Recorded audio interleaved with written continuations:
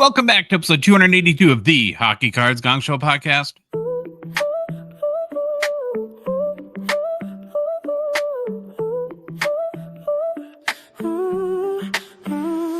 Start the week slow, coffee in hand, laptop glow, got deadlines planned, but I hit play first, yeah, you know the deal. Gongshow talking about that hobby feel. From graded gems to trade night scores, meet David Pop counts and cardboard lore. It's not just stats, it's stories too, and that hobby high gets me pushing through. It's Monday on the Gongshow, let it ride. Easy vibes with the hockey guide. From mailbox hits to eBay finds, we spark your week with collector minds. Settle in, let the takes unfold. The hobby's deep and the story's gold. It's Monday on the Gongshow, press play and let the cardboard wash the blues away. That's cute.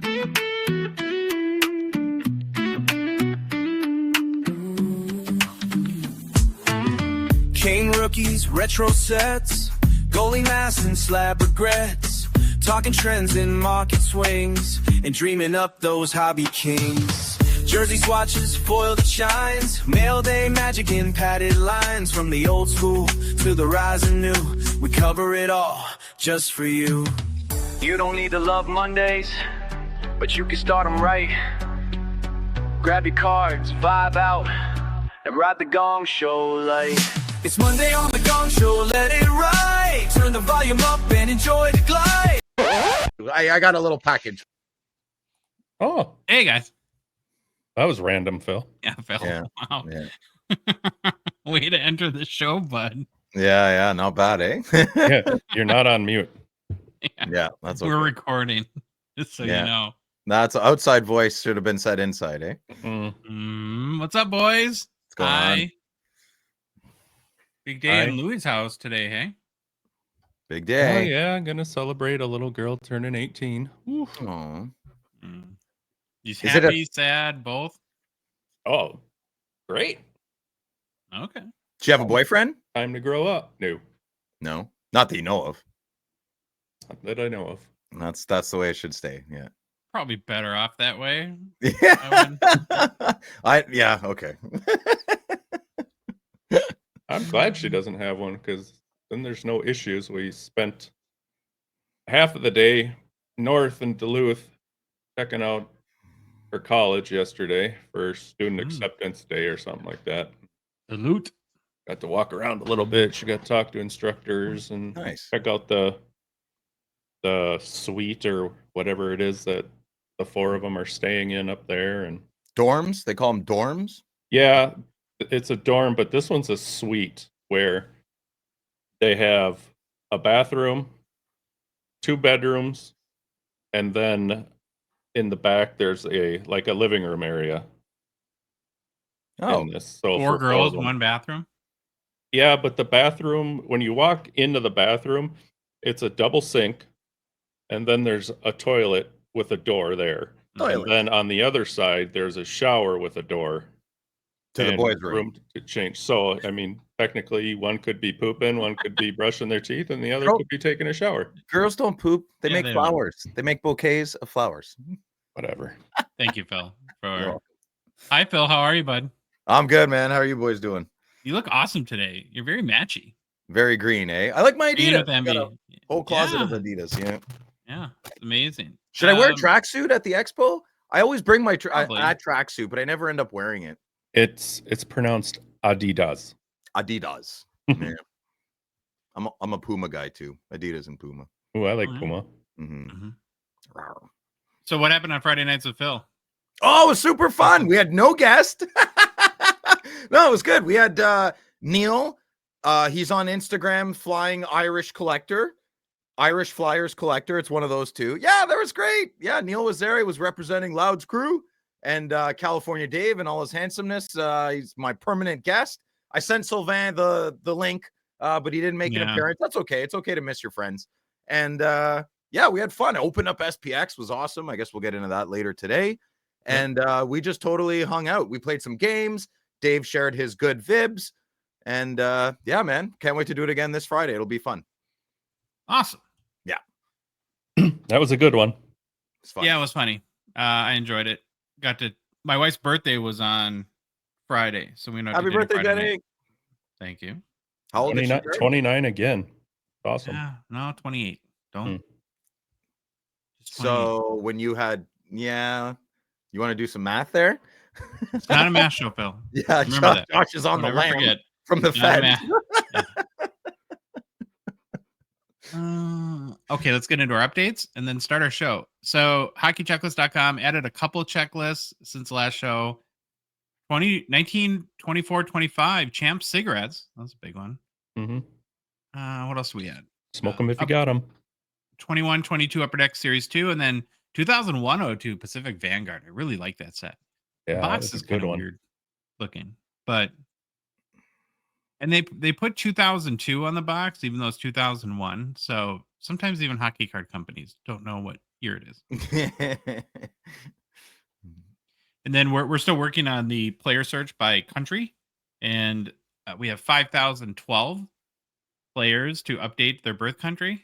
Oi. And that's ongoing. It's tons of fun. So if anyone thinks that owning or building a checklist site is glamorous, it's not. So I can punch in Canada, and all Canadian hockey players in the checklist that have been populated will populate. Or Czech Republic, I think it is, or Czech, Czechia, Czechia, Slovakia, Slovenia, Belarus. There's a guy from Ireland, first guy from Ireland.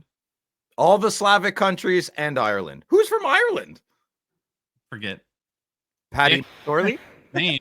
I don't know. The guy from Australia. Found that out. That's kind of fun.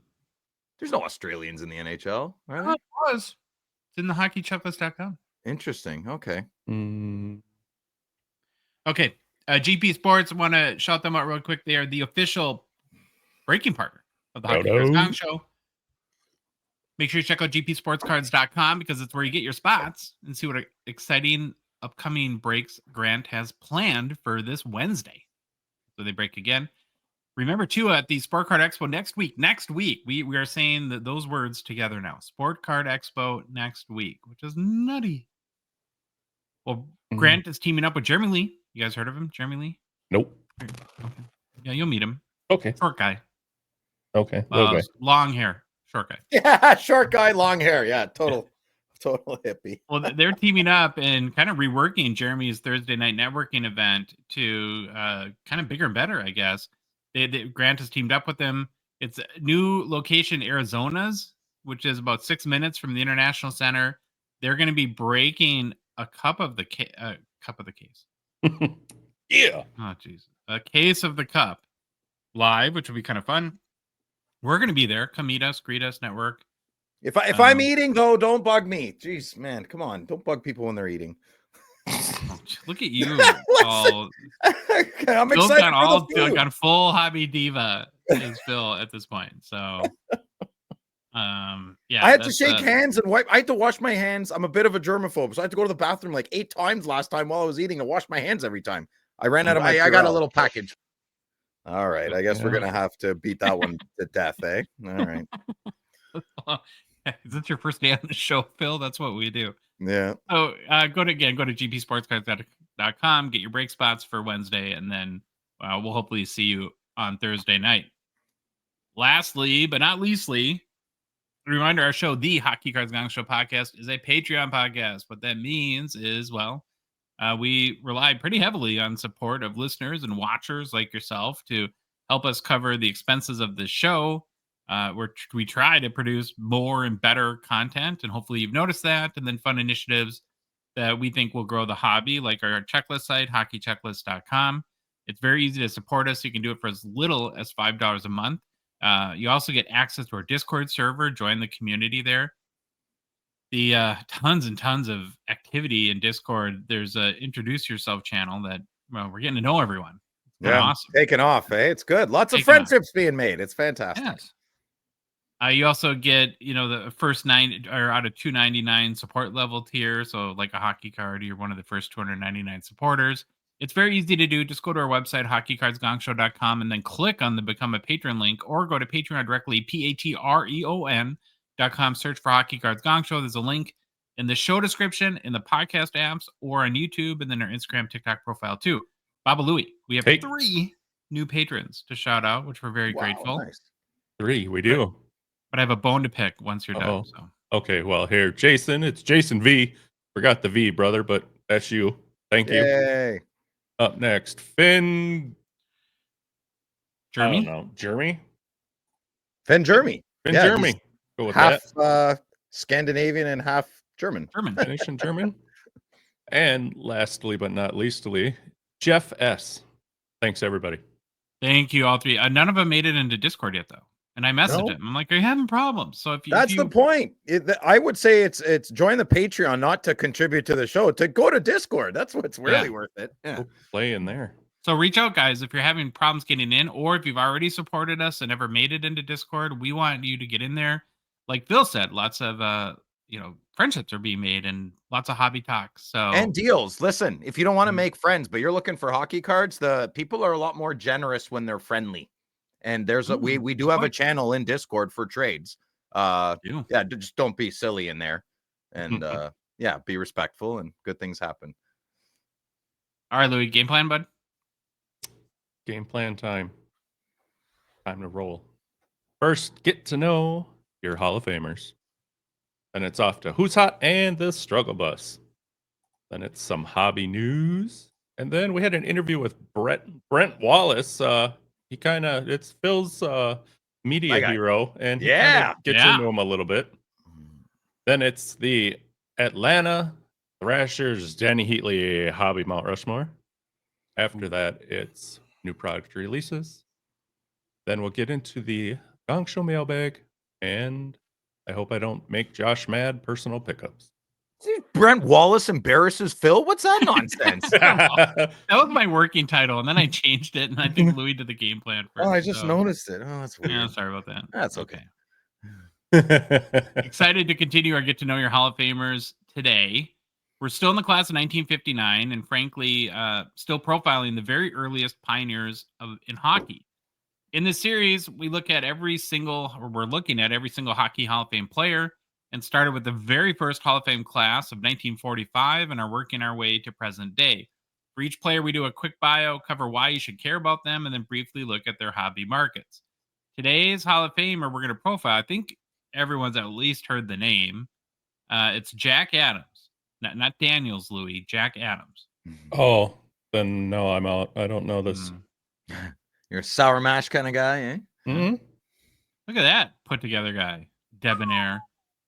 Well, Jack Adams lived from 1884 until 1968. I had 1984 in my notes. That would be weird. He lived from 1884 until 1968. Born in Fort William, Ontario. Where's that, Phil? Fort William. Do you know? It's beside Fort Benjamin. Next to Aunt Jemima? No, Old Fort Henry. Oh. I don't know if you're...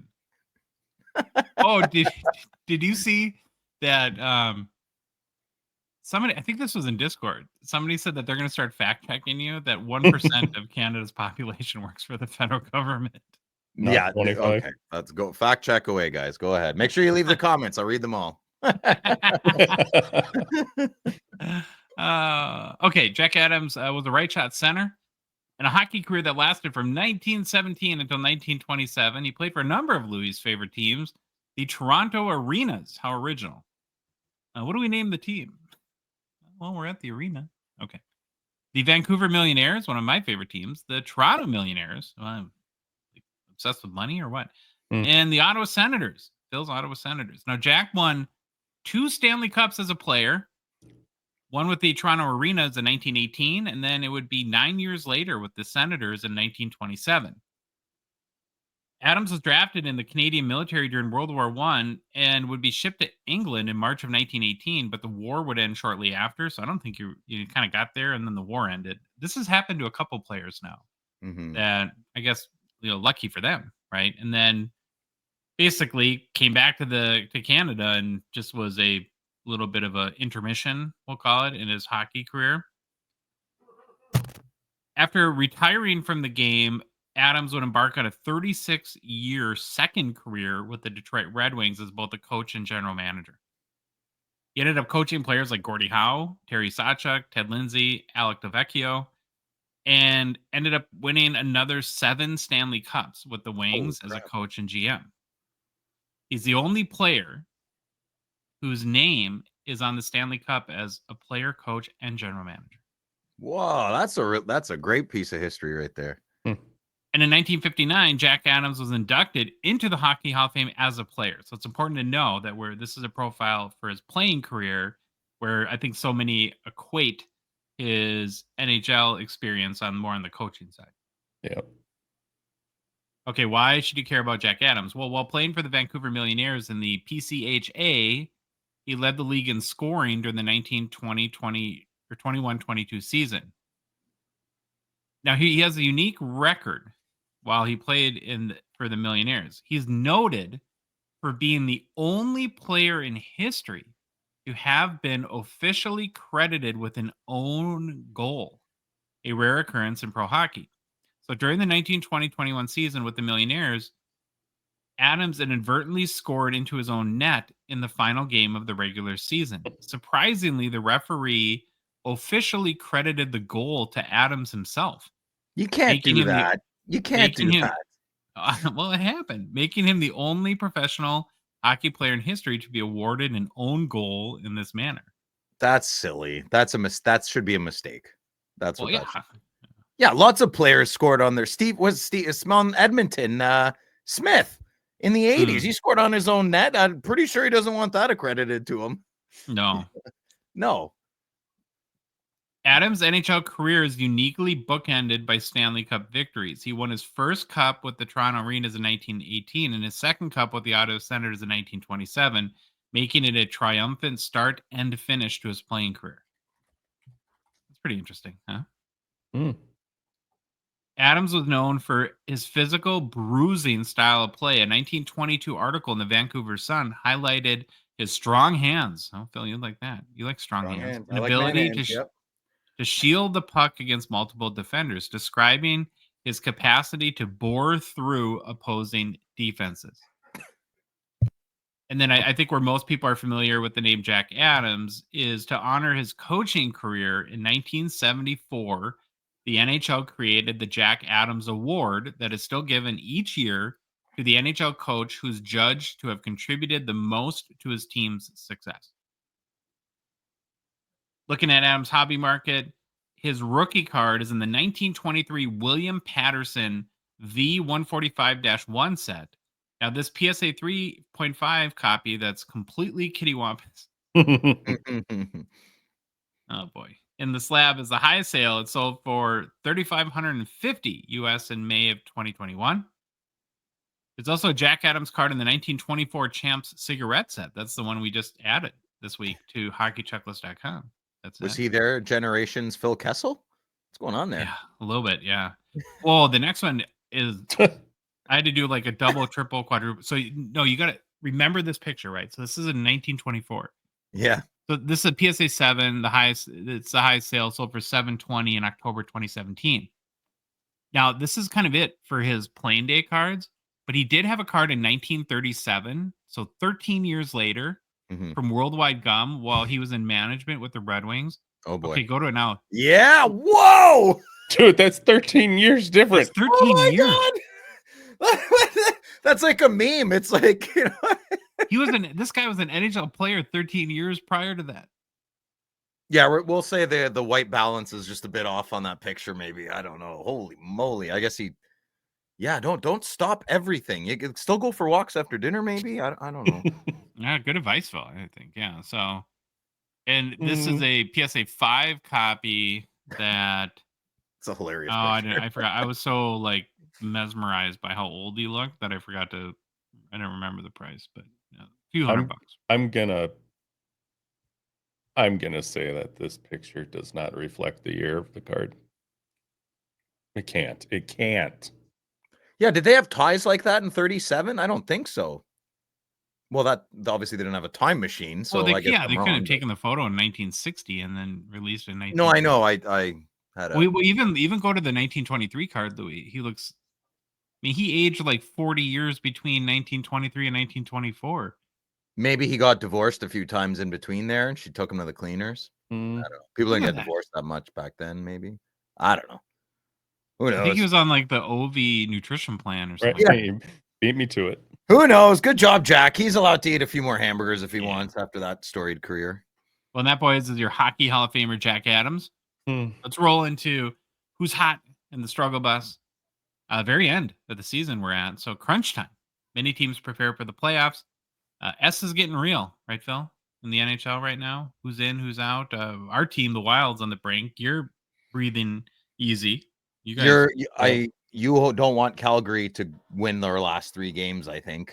That would suck. And remember no. the start you guys had at the beginning of the year? Whoa, Oh, crazy. Kaprizov has played 40 games this year. That's all you that's need wild. to. So there we go. We're going to look at who's hot, and then we're going to punch some tickets onto the struggle bus. But we'll start on the positive, like we always do with who's hot.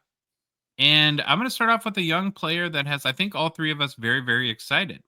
mm-hmm. So Matthew Nyes has been on quite a heater lately. He's had a great year. Elevated himself into, I don't know, potential franchise building block, some might say. No, I don't think anyone's saying that. I don't know. I do. Some might say. I would say most people would say he's a role player. That's what I would say. Franchise building blocks. We'll agree to disagree. That's okay. Over his last 10 games played, the 22-year-old forward who hails from Phoenix, Arizona, and comes out his way to the NHL from the University of Minnesota. Row the boat. Sky Uma. Go Gophers. Has 10 points in his last 10 names. What does Sky Uma mean? What is that? That's the official, I don't know. That's what we say. Sky Uma. Sounds Japanese. You got that from Karate Kid, I'm pretty sure. It's SKI-U-MAH. All right. We'll look it up. Sure. His 10 points his last 10 games, 4 goals, 6 assists. On the season now, Nyes has 29 goals, 26 assists for 55 points. Pretty impressive numbers for a young player that's put us pretty much in line production-wise with, I think, other superstars around the league and province maybe. You can attribute Nyes' increased production to a few factors. He's got an elevated role this season. It's hard not to score points when you're playing on the top line with AM34 and Mitchie Marner. But also, it's not just Nyes benefiting from those guys. He brings that line a big physical presence and adds a lot of structure to their game. What about you, Lee? How do you feel about the season for our former Golden Gopher, Matthew Nyes? Coming along. It's nice to see him moving up. I was kind of tired of waiting for him to turn on the Jets here because he's a phenomenal hockey player. Yeah, he is. So do you guys want to know something? Based on the information I was able to look up, he's never been a captain on a team in the last on his journey to the show. Okay. I know he scored a hat trick against Tampa Bay, and I understand that the Leafs won the cup that night. I get that. I totally do. I really do. But to call him a franchise block of pillar businessing, or whatever you said, I don't know. I would think he should have been a bit of a leader up until this point. But hey, you guys are right. Time will tell. Time will tell. I just report the news, Phil. I don't make it. Yeah, well, I really like Matthew Nyes, but now I'm starting to not like him because everyone's coming at me. He's a good player. He's a good player, and he's really figuring it out. He's not as good as Brady Tkachuk, for the record. Nobody's coming after you, Phil. Yeah. Matthew Nyes, the 2023 Young Gun, PSA 10 pop, 517, gem rated 26%. Holy moly, that's low. Last really sales low, April man. 12 for $250 US. Wow. And that's the blue team hobby factor there. 52-week low, 74. 52-week high, 267. So all this Matthew Nyes talk, Phil, I think you're pumping up the market a little bit. Yeah, clearly. I want a percentage of all these sales. I want a fractal. You want a fractal? I want a fractal. Yeah. Baba Louie, who did you pick for who's hot? Who's hot this week is David Pastrnak. Oh boy. Look at that guy. Even a little message for Phil. Yeah. Oh, nice. Suck it, Phil. There you go. He looks like one of the cavemen from the Geico commercial there, doesn't he? Yeah, a little bit. Oh, I haven't seen one of those in a long time, but yeah, you're right. Anywho, so if you didn't know, Pastrnak made NHL history the other night. Last week, Pasta hit the 100 points per game or per year mark for the season when he put up a goal and 2 assists in their meeting against the Devils, and it turned into NHL history. He is the first Czech-born player in the history of the league to have 3 consecutive 100-point seasons. Wow. That's pretty cool. No kidding. So he had his streaks of 100-point seasons started in 22-23 when he put up 113 in 82 games. Last season, he put up another 100 with 110 in 82 games. In his last 4 games, he has scored 5 goals, had 8 assists for 13 points. And with all that, again, hit the 100-point mark this season. And still, as of today, he sits with 42 goals, 60 assists, and 102 points with 2 to go. And out of the playoffs. Jagger never I know. did 3 consecutive 100. I mean, I know that's phenomenal, but I would have figured he did. Wow, crazy. I don't know. I was kind of surprised when I saw this. Yeah, I that's thought of fun. that. I thought of, yeah. Who else is from like Patrick Ilias, I think? Like Nietzsche's? We know he doesn't. Peter all I know. Stastny never had 100 points 3 years in a row. Oh, he's from Czech Republic. Czechia? I didn't even know that. Ugh, that's embarrassing. I love how we all say every option now. 'cause Yeah, we I know. I don't know. Well, it's so yeah, but I would say Jagger's from Czech Republic, but back because that's what I said my whole Mhm. life, right? Jagger's from Czech Republic. My friend Anna was from Czech Republic, and she was very loud, and she would always make it known that she's from Czech Republic. Now I have to say Czechia. You know, Mhm. it's okay. We'll get it. We'll Okay, get it so sorted. Jágr had a stretch where starting in 1995, he had 149 points, then 95, then 102, 127, then 96, then 121. So he Yeah. missed it by a few points a couple years. But So obviously, Jagger is still way better than David Pastrnak. Okay, well that's good. well, I would say so, but that's not a huge slight on- Yeah. It doesn't matter. 2 things can be true at once. They're both great players. Just one's a lot better in the playoffs than the other. That's all. So, yeah. So he's also on a heater here with an 8-game point streak with 8 goals and 9 assists. So how about that pasta there, Philly boy? What do you think? Yeah, that's fine. He'll be golfing when we're playing. So That's cool. listen Well, to me. I think Stastny's from Slovakia, but he Oh, had okay. he I had didn't know where he's he had from. 6 straight seasons of more than 100 points. So underrated, that guy. Mm. Who? Peter? I don't know. Itoa. Pasta's a 2014 Young Gun with a PSA 10 pop of 240 and a gem rate of 36%. Last sale was April 7th for $620, which I was pleasantly surprised to see. I didn't realize that it was up that high. Past 3 months, the card has been down 15%, and then over the past 2 weeks, down 14. So 52-week high of this card, though, $1,500 US. And then the low was this last sale at $620. So putting the card down 53% over the last year. But Wow. I honestly didn't think it would even fetch $620, to be honest with you. So that's cool. You're so fetch, Louis. You're so fetch. Billy? Yeah, let's go. I love my pick this week. So, well, it's 3 a.m. and Rob's not lonely. So my pick this week is Robert Thomas. Late last year in October, after blocking a shot against the Jets, Mr. Thomas fractured his ankle. Ouch. Oh. And he was expected to be out for 6 weeks. But wait, he returned ahead of schedule on November 19th. Why I'm bringing this up is very important. Since his return, Rob Thomas has been a major catalyst for the Blues. He's had, boys, listen to this, 78 points in 68 games by April. That's a crazy stat. Here's another crazy stat. Since the Four Nations break, he has 37 points in 24 games. St. Louis has been playing crazy hockey. They just went on a 12-game winning streak. Yes, I understand. They lost their last 3 games. I get that. But they were very close. I checked the game centers. I did not watch them, full disclosure, but I checked the game centers. 2 out of the 3 were extremely close, could have gone either way. Blues played very well. So Thomas is leading the team, playing center on the first line. What an absolute gamer this guy is at the age of 25. He missed about 10 games this year, but at 79 points in 69 games, that's crazy production for the season total right now. if he puts in a full 82 games next year, guys, could we see possible 40 goals? I really think so. That mid-20s, something clicks with these guys. And I know more it's for defensemen in their late 20s, but Mr. Thomas here has definitely got it going on lately. He's finished puberty. He's got that man body. Watch out. Oh, yeah. He's had 10 points in his last 5 games.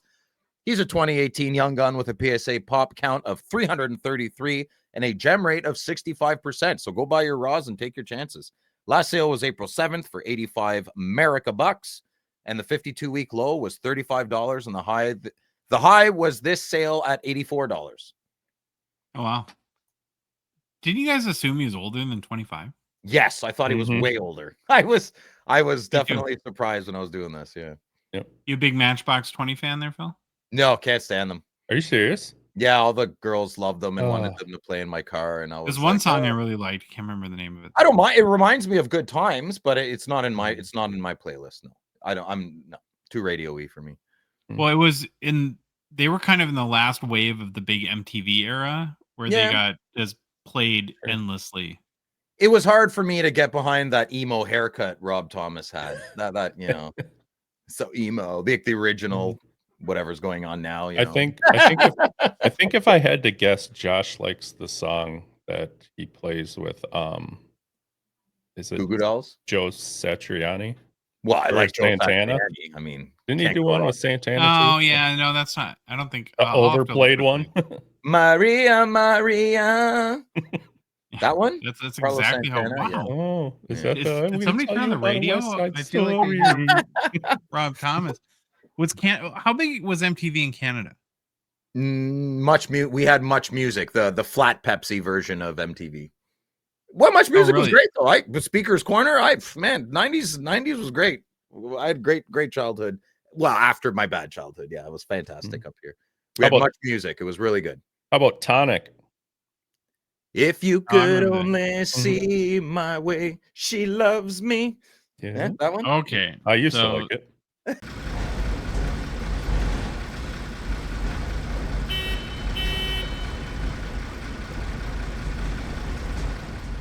Okay. I know. It's okay. I'm going to kick off this week's Struggle Bus with Zach Hyman. Good pick. I had him on my list too. Did you call Sylvain to make sure he didn't buy any cards of Zach Hyman first? Because he'd get upset at you. Do you guys remember last year when Zach Hyman had 54 goals? Yep. That was a great season. There was a number of articles I remember at the time saying this is not a blip in the radar. He's found his home. I can't believe his comfort zone in Edmonton. We can count on this high level scoring production moving forward. Well, in his past 6 games, Hyman has 0 points. And on the season now, he has 27 goals and 44 points in 73 games played. He's also hurt now, I think, too, which is not who great. isn't on that team? I know. Left the Sharks game early the other night with an injury. Now, listen, 27 goals is not horrible, but it's not high-end elite NHL goal scorer either. And I know this isn't a math show, of course, but I'm pretty sure 27 is exactly half of the 54 goals he had last year. So is it injuries? Is it natural regression or a slump? I have no idea. But again, not quite the magical season he had last year. And the whole team is scoring less goals this year. So last year, they scored a combined, all Edmonton Oilers, 292 goals for 3.56 goals per game, which was 4th in the NHL. This season, they're at 246 goals and 3.19 goals per game, 8th in the NHL. So their offensive production has dropped. Like Louis, like you said, everybody's been hurt. And lately, Hyman's been playing on Edmonton's second line with Victor Arvidsson and Adam Henrique. And on the first power play unit, I'm sure that getting healthy in general would help everybody. So Draisaitl's been out. Evander Kane, I think, is just coming back. He's been out forever. McDavid's battled injuries almost the entire year. So, yeah. Well, are either of you shocked that Hyman's come back down to earth a little bit here? Maybe last year was more of a blip, and this is more his norm. Yeah, and it's not bad. I mean, 27 goals. 30 goals scored. Who doesn't want that? Yeah. Right. Take that. So. He's really personable, too. He's great in interviews, represents Edmonton well, you know. Locker room guy. Just a good guy. He's a He's a culture good guy. guy. Give him a contract. He's a really nice guy. Cultural building block. Zach Hyman is a 2016 Young Guns PSA 10 pop 491, 51% gem rate. That's over $80 in March 26. It's up 28% in the past 3 months somehow and down 13% in the past year. The 52-week low is $44. The 52-week high is $187. Since we started doing highs and lows, like 2 months ago, I don't think there's been a single card that hasn't had the most ridiculous dramatic swing within the given year. So that should tell us all something about Young Guns values, right? Yeah. Right. Highly fluid. Volatile. Volatile. Better, yeah. Baba Louie, who did you put on the struggle bus, buddy? Cole Sillinger. I don't know where to start here. I started just typing away a bunch of stuff I was looking up. Just share your heart. Just share. Blew me away. So, okay, Jackets fans, maybe you'll beat me up on this, but if you can tell me something different, please do. I really, really, really need to know what's going on with this kid. If you remember, he was selected 12th overall in the 2021 NHL draft. He was also named Rookie of the Year with 16 goals, 15 assists, and had 31 points in that season. Wait, he won the Calder? That's what it said. What? Rookie of the Year. Won the Calder? He did? Maybe that's like a Columbus team award or something like that. Okay, maybe. I saw it. I didn't go look up Calder. Let's do it right now. What year, Louis? 21? That was Mo Sider one. That was Mo Sider. No, it wasn't. Kaprizov. Oh, yeah. Mo Sider won in 2022. So why are they lying to me and making me look like a complete DB here? Sabotage. Maybe Josh rewrote your piece. Well, let's look here. Let's just see what this has to say. We'll just say it's 16 goals as a rookie. Whatever. Anywho, so the next season, season 2, he had 3 goals, 8 assists, and 11 points in 63 games. He ended up playing the final 11 games, going down with the Cleveland Monsters. So, yeah. Do we go to the lovely cliched second season slump excuse? Oh, sophomore slump? Maybe. Yeah. I don't know if we can here. So, looking ahead, what were the Jackets going to get for the 23-24 season? I just remember this kid being one of the polls you wanted to hit, right?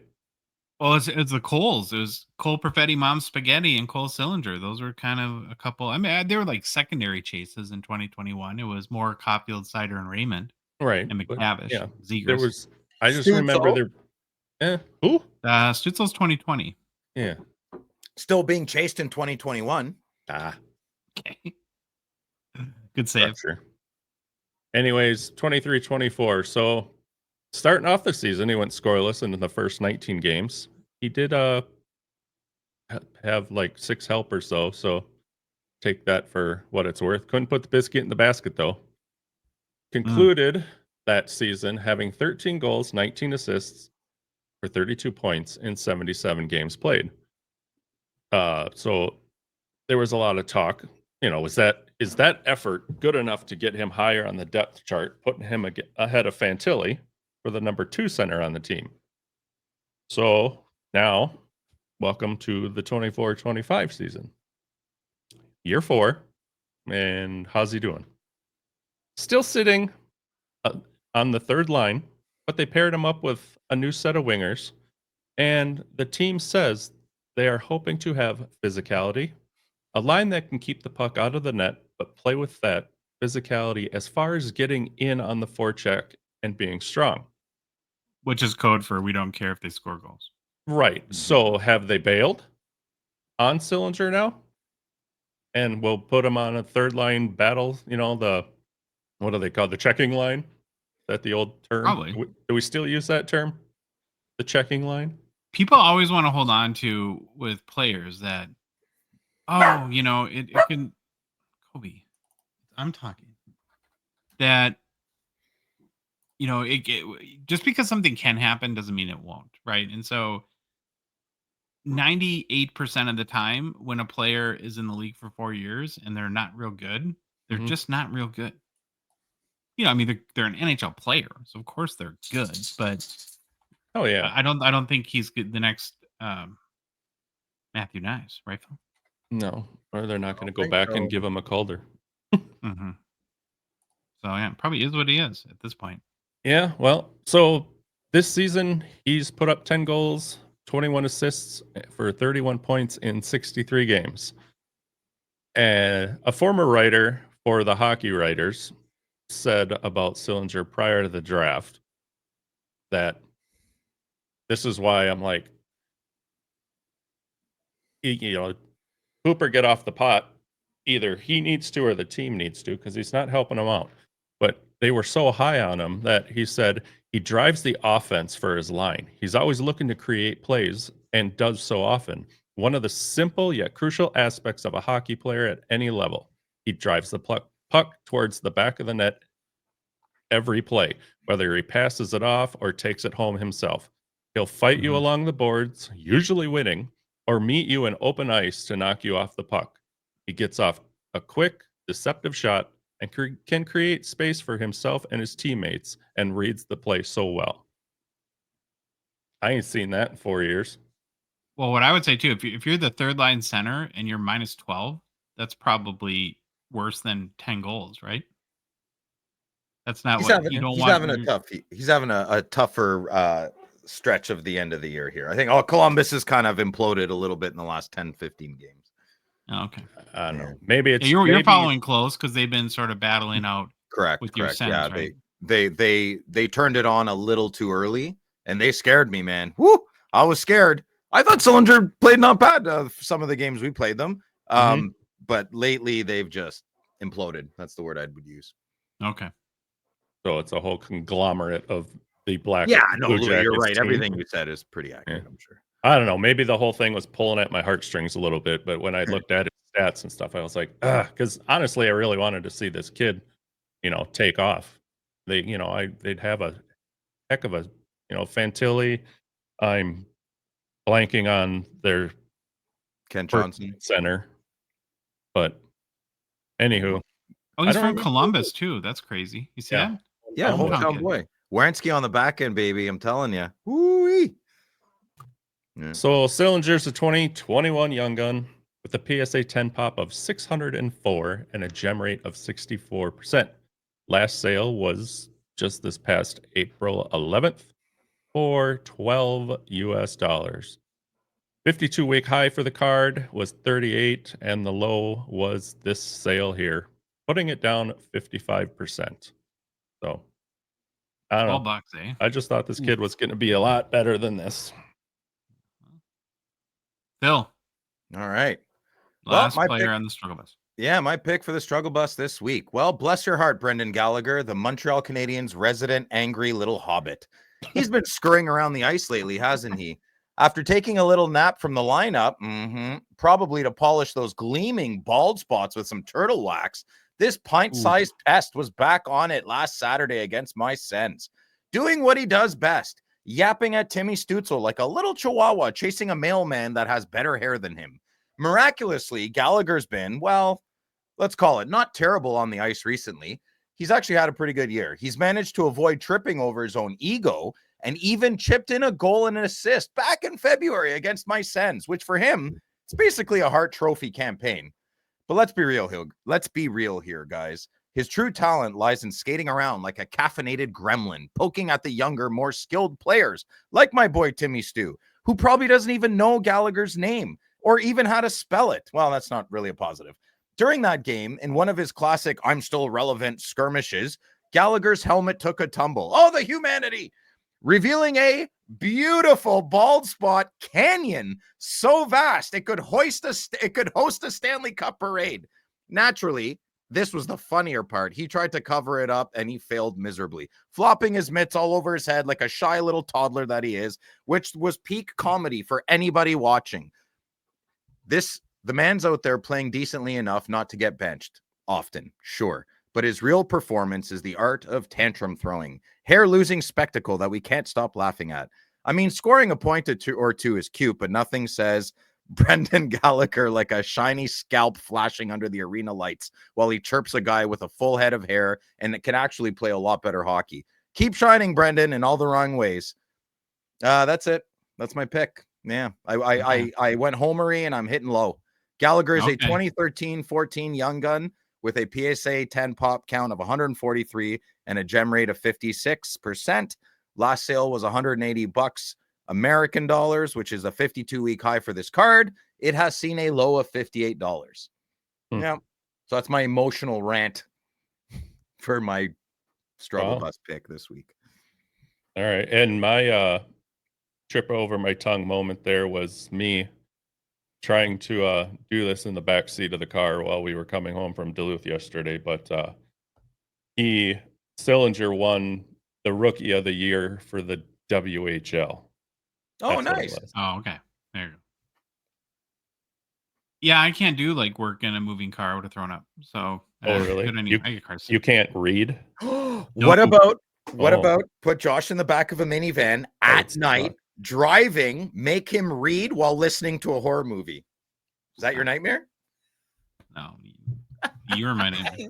Yeah, okay, this week for Who's Hot, we had Matthew Nyes, the beautiful, talented, inspirational Matthew Nyes, David Pasternak, and Robert Thomas from Matchbox 20. And then on the struggle bus, Zach Hyman, Cole Sillinger, and Phil's man crush, Brendan Gallagher, who Phil went off, but Phil went hard. Phil, you didn't pull anything back there. I defended the honor of my hockey team. Okay. And I try not to do a homer pick. I try to do it for the hobby. I'm sorry. I'm allowed one in a while. You're allowed. You're allowed. Slap Sharks, the Gongshow partner and sponsor. We're very thankful and grateful for their support of our show. The current Slap Sharks weekly eBay Actions Live ends this upcoming Thursday night. Another huge one, over 4,500 cards available for your bidding pleasure. Tons of cool cards to choose from, of course.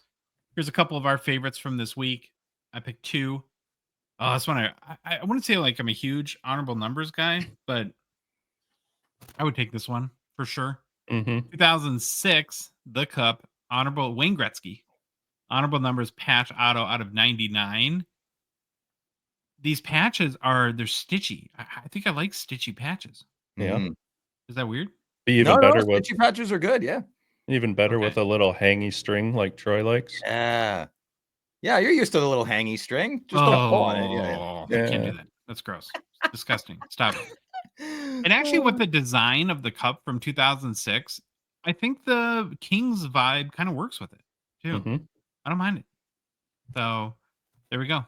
I think I'm a bigger fan of the blue auto. I think autos in blue are my all-time favorite. They stand out the best. I think they're awesome. Very nice. Thank you. I love and you, then Bart. I had to go with our guy. For my second pick, our boy, Brian Trottier. Oh, I've heard of him. O-Pee-Chee. We're like best friends with him now, right? Of course. Of course. Hey, Bri. He sat next to me as Ovi broke the record. I'm sure he talked about us to Wayne the whole time. Yeah. Wayne, I know you're watching Ovi here, but these guys, they know hardly anything about hockey cards. You should go on their show. Yeah. No, it's a beautiful card. Brian Trottier is a beautiful human being, and I'm a big fan. And we get to see him in Saskatoon, so I'm excited about that. PSA 9, beautiful looking card. It Very is well centered. Doesn't even look like him. No, well, I mean, it was what, 50 years? Yeah, 45 years ago. Yeah, no stash too. It's hard to. He's had a mustache ever since. Yeah. Baba Louie, what did you pick?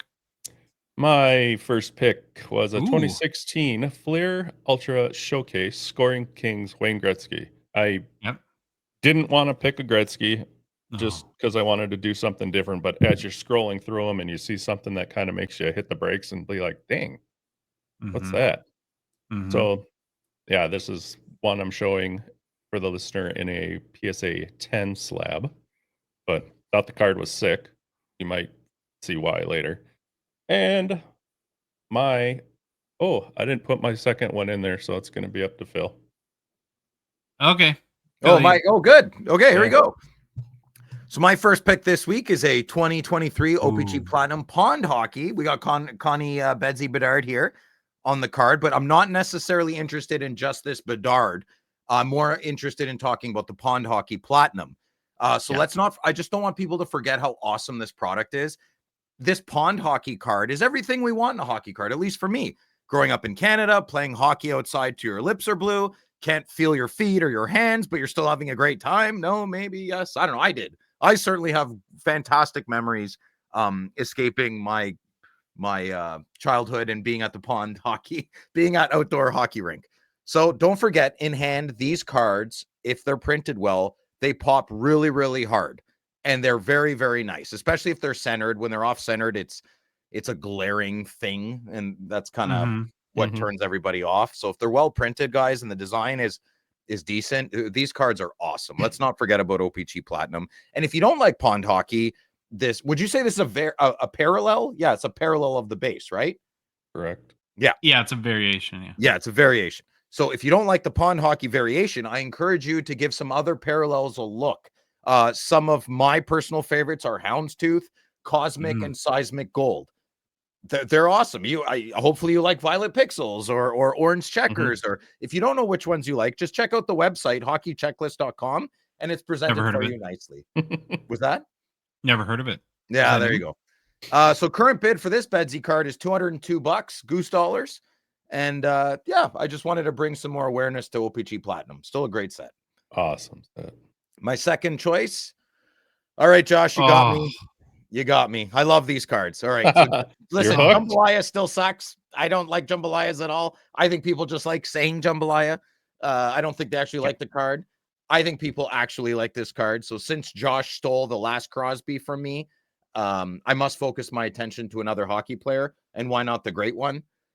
I don't know. The pink, it's not necessarily my favorite part of this card, but I'm going to be honest with you, good listener. This would definitely be 50% purchase. I really like the card. And the other 50% is ego bragging rights purchase. I don't know how else to say that. I just want to be honest. I want to maintain my relevancy amongst my peers. And I feel like a card like this will maintain that status. Yeah. And then the other 50% is I really like Wayne Gretzky cards and I love PETG cards. And to me, this is like a minor Gretzky grail. The other one, so this the now that it's out of 9. So that one's like 20 grand, right? Yeah, this is a big. So the 2006, 7. No, so in 2012, there's 2 versions of Essential Credentials. There's Essential Credentials Future and Now, and this is card number 9 in the set. So the Now is numbered to the card, right? Number. And then I can't remember how they numbered this out of 42, but it just makes it more that's affordable. what it said. Yeah, it gets me confused sometimes, but either way, I want this card. like, would you legitimately get this? Are you thinking about it? I'm gonna keep tabs on it. Yeah, I'm trying not to like hate buy. Right? Like I know you got that Crosby, and I wanted that card. So that Crosby is such a perfect example of like, you idiot, you dilly dallied. Same with the Steve Yzerman 101. I dilly-dallied for 4 days thinking no one would buy it, and someone did. Someone bought it. If you buy this card, I will trade this for it and give you $3 American. Probably not, but I'm not saying no. What do you think this goes for? I mean, this is like, what, 2,000? If it goes under 2, I'm in the mix. I will hate you if you buy this card. I will. Good. I want to be hated. All right, let's move on. Pillow at night. Yeah. Well, hey, just because I can't show mine, we do got people listening too, so I'll just say what my pick was. Right on. Okay. It was a 2006, or is a 2006 SP Authentic Sign of the Times Dual Auto, Patrick Waugh and Marty Brodeur. I figured, what the heck? Went with those 2 guys last week on a card. Might as well go with them this time on another one. Autos. Right. Autos are both blue. Looks fantastic on this card. So there we go. Yeah. Right on. Okay. So many Canadian hockey card collectors are using Slab Sharks to help them turn their cards into cash. because they make selling your cards easy and stress-free. They basically do all the work. All you got to do is submit your cards through their easy-to-use portal. Drop them off at a show like the Spring Expo coming up. They'll be taking submissions there, or hand them over to your local rep, Sylvan the card dealer, your friendly Slab Sharks dealer in a place that doesn't exist. Mess up his hair. Yeah. I Give dare him a you. kiss. You love that. He loves Then kisses. they take it from there and you just sit back and relax. And it gets even better as your cards get included in one of the most popular weekly hockey auctions in the planet, ensuring tons of eyeballs will hit your cards. So for complete consignment info, including payout rates, head to slabsharks.com today. Get the process started. Hobby news. Hobby news. News from the hobby. All right. I like it. Like the variety. Oh, a feel-good story to start off hobby news. Oh, No matter what you think of the Avalanche, it's hard not to Oh, yeah. hit you in the feels that Gabriel Landeskog on Friday night made his return to professional hockey for the Colorado Eagles. It had been 1,021 days since he last played in a game in the NHL, which was the Avalanche's Game 6 victory over the Tampa Bay Lightning in the Stanley Cup Finals. He's had a very long road, of course, to recovery since hurting his knee during the playoffs in 2022. There's been times where it's definitely looked like he may never return. And here's what he had to say about his big night on Friday night. He said, "It was awesome. I've been thinking about this for a long time, envisioning this and envisioning being in a competitive hockey game again. And obviously, there were times where I didn't know if that was ever going to happen. I was trying to do some visualization before tonight and just calm myself down. I knew it wasn't going to be a problem to get energized for this one and get up for it." Oh. So he's Good loaned for to the Eagles as part of a conditioning assignment as he works his way back into playing shape. loaned. The Eagles did win 2-0. Landeskog played 14:49 and had 2 penalty minutes.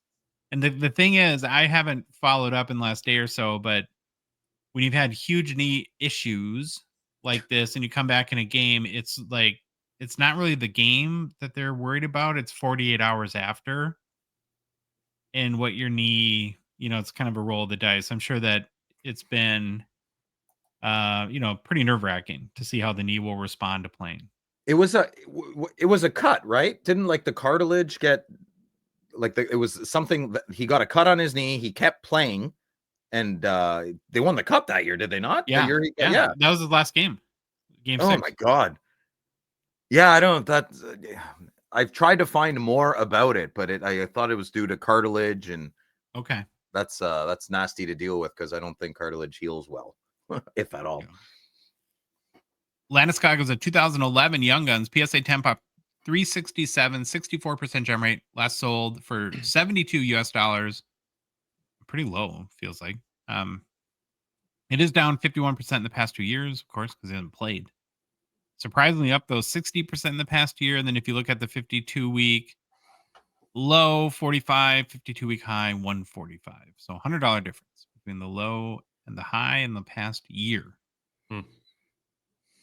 We've got Good a bunch of just Good old Young Guns. Up and down, baby.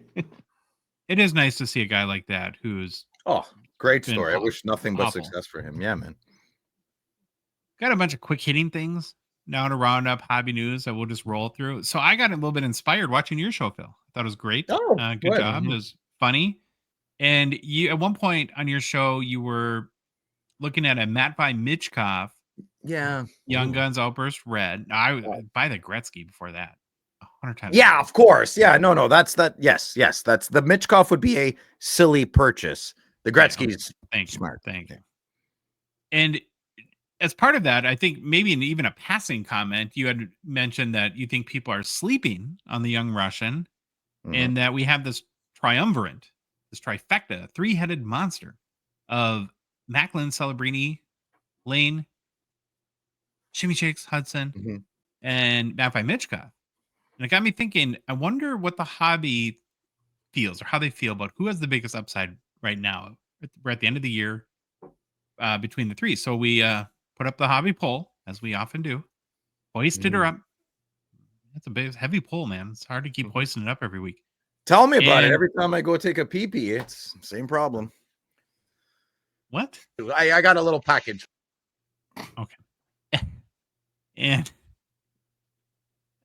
So so I basically the question we asked was who has the biggest long-term hobby upside? Macklin Celebrini, Lane Hutson, or Matvei Michkov. So give me, Phil, your personal 1, 2, 3, and what you think then what you think the hobby said. So I think Celebrini 1, Michkov 2, Hutson 3. I think the hobby said Hutson 1, Celebrini 2, Michkov 3. What's your personal opinion on that, Louis? On what he said? No, on the question.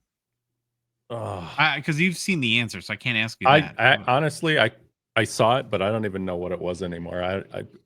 I can see my next slide, but I can't see what's on it. The most to be honest with you, I think Shimmy Shakes is going to have the most upside. It's just that Celebrini and Michkov are the stars. You know, they're putting the puck in the forwards. net, and they're forwards. Mhm. Longevity, I would still say Hudson's going to be on top.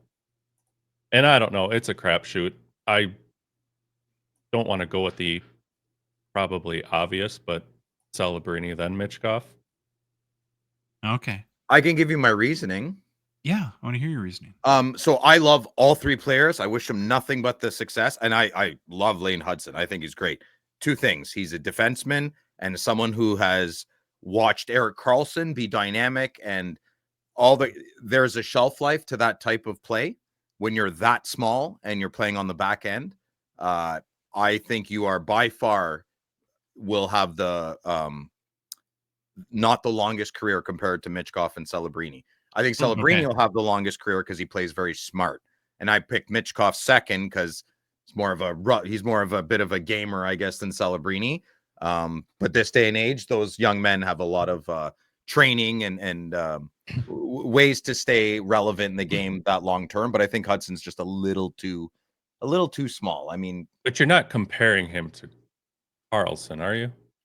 No, I'm saying Okay. that type of dynamic, smaller, back end, more offensively minded type of player tends to trail off later on in their career because it's a little bit difficult. Now you get more penalties, more open the game up a bit more, and I'll change my answer, right? But hockey's still hockey, it's still violent, and it still should be. So would you guess?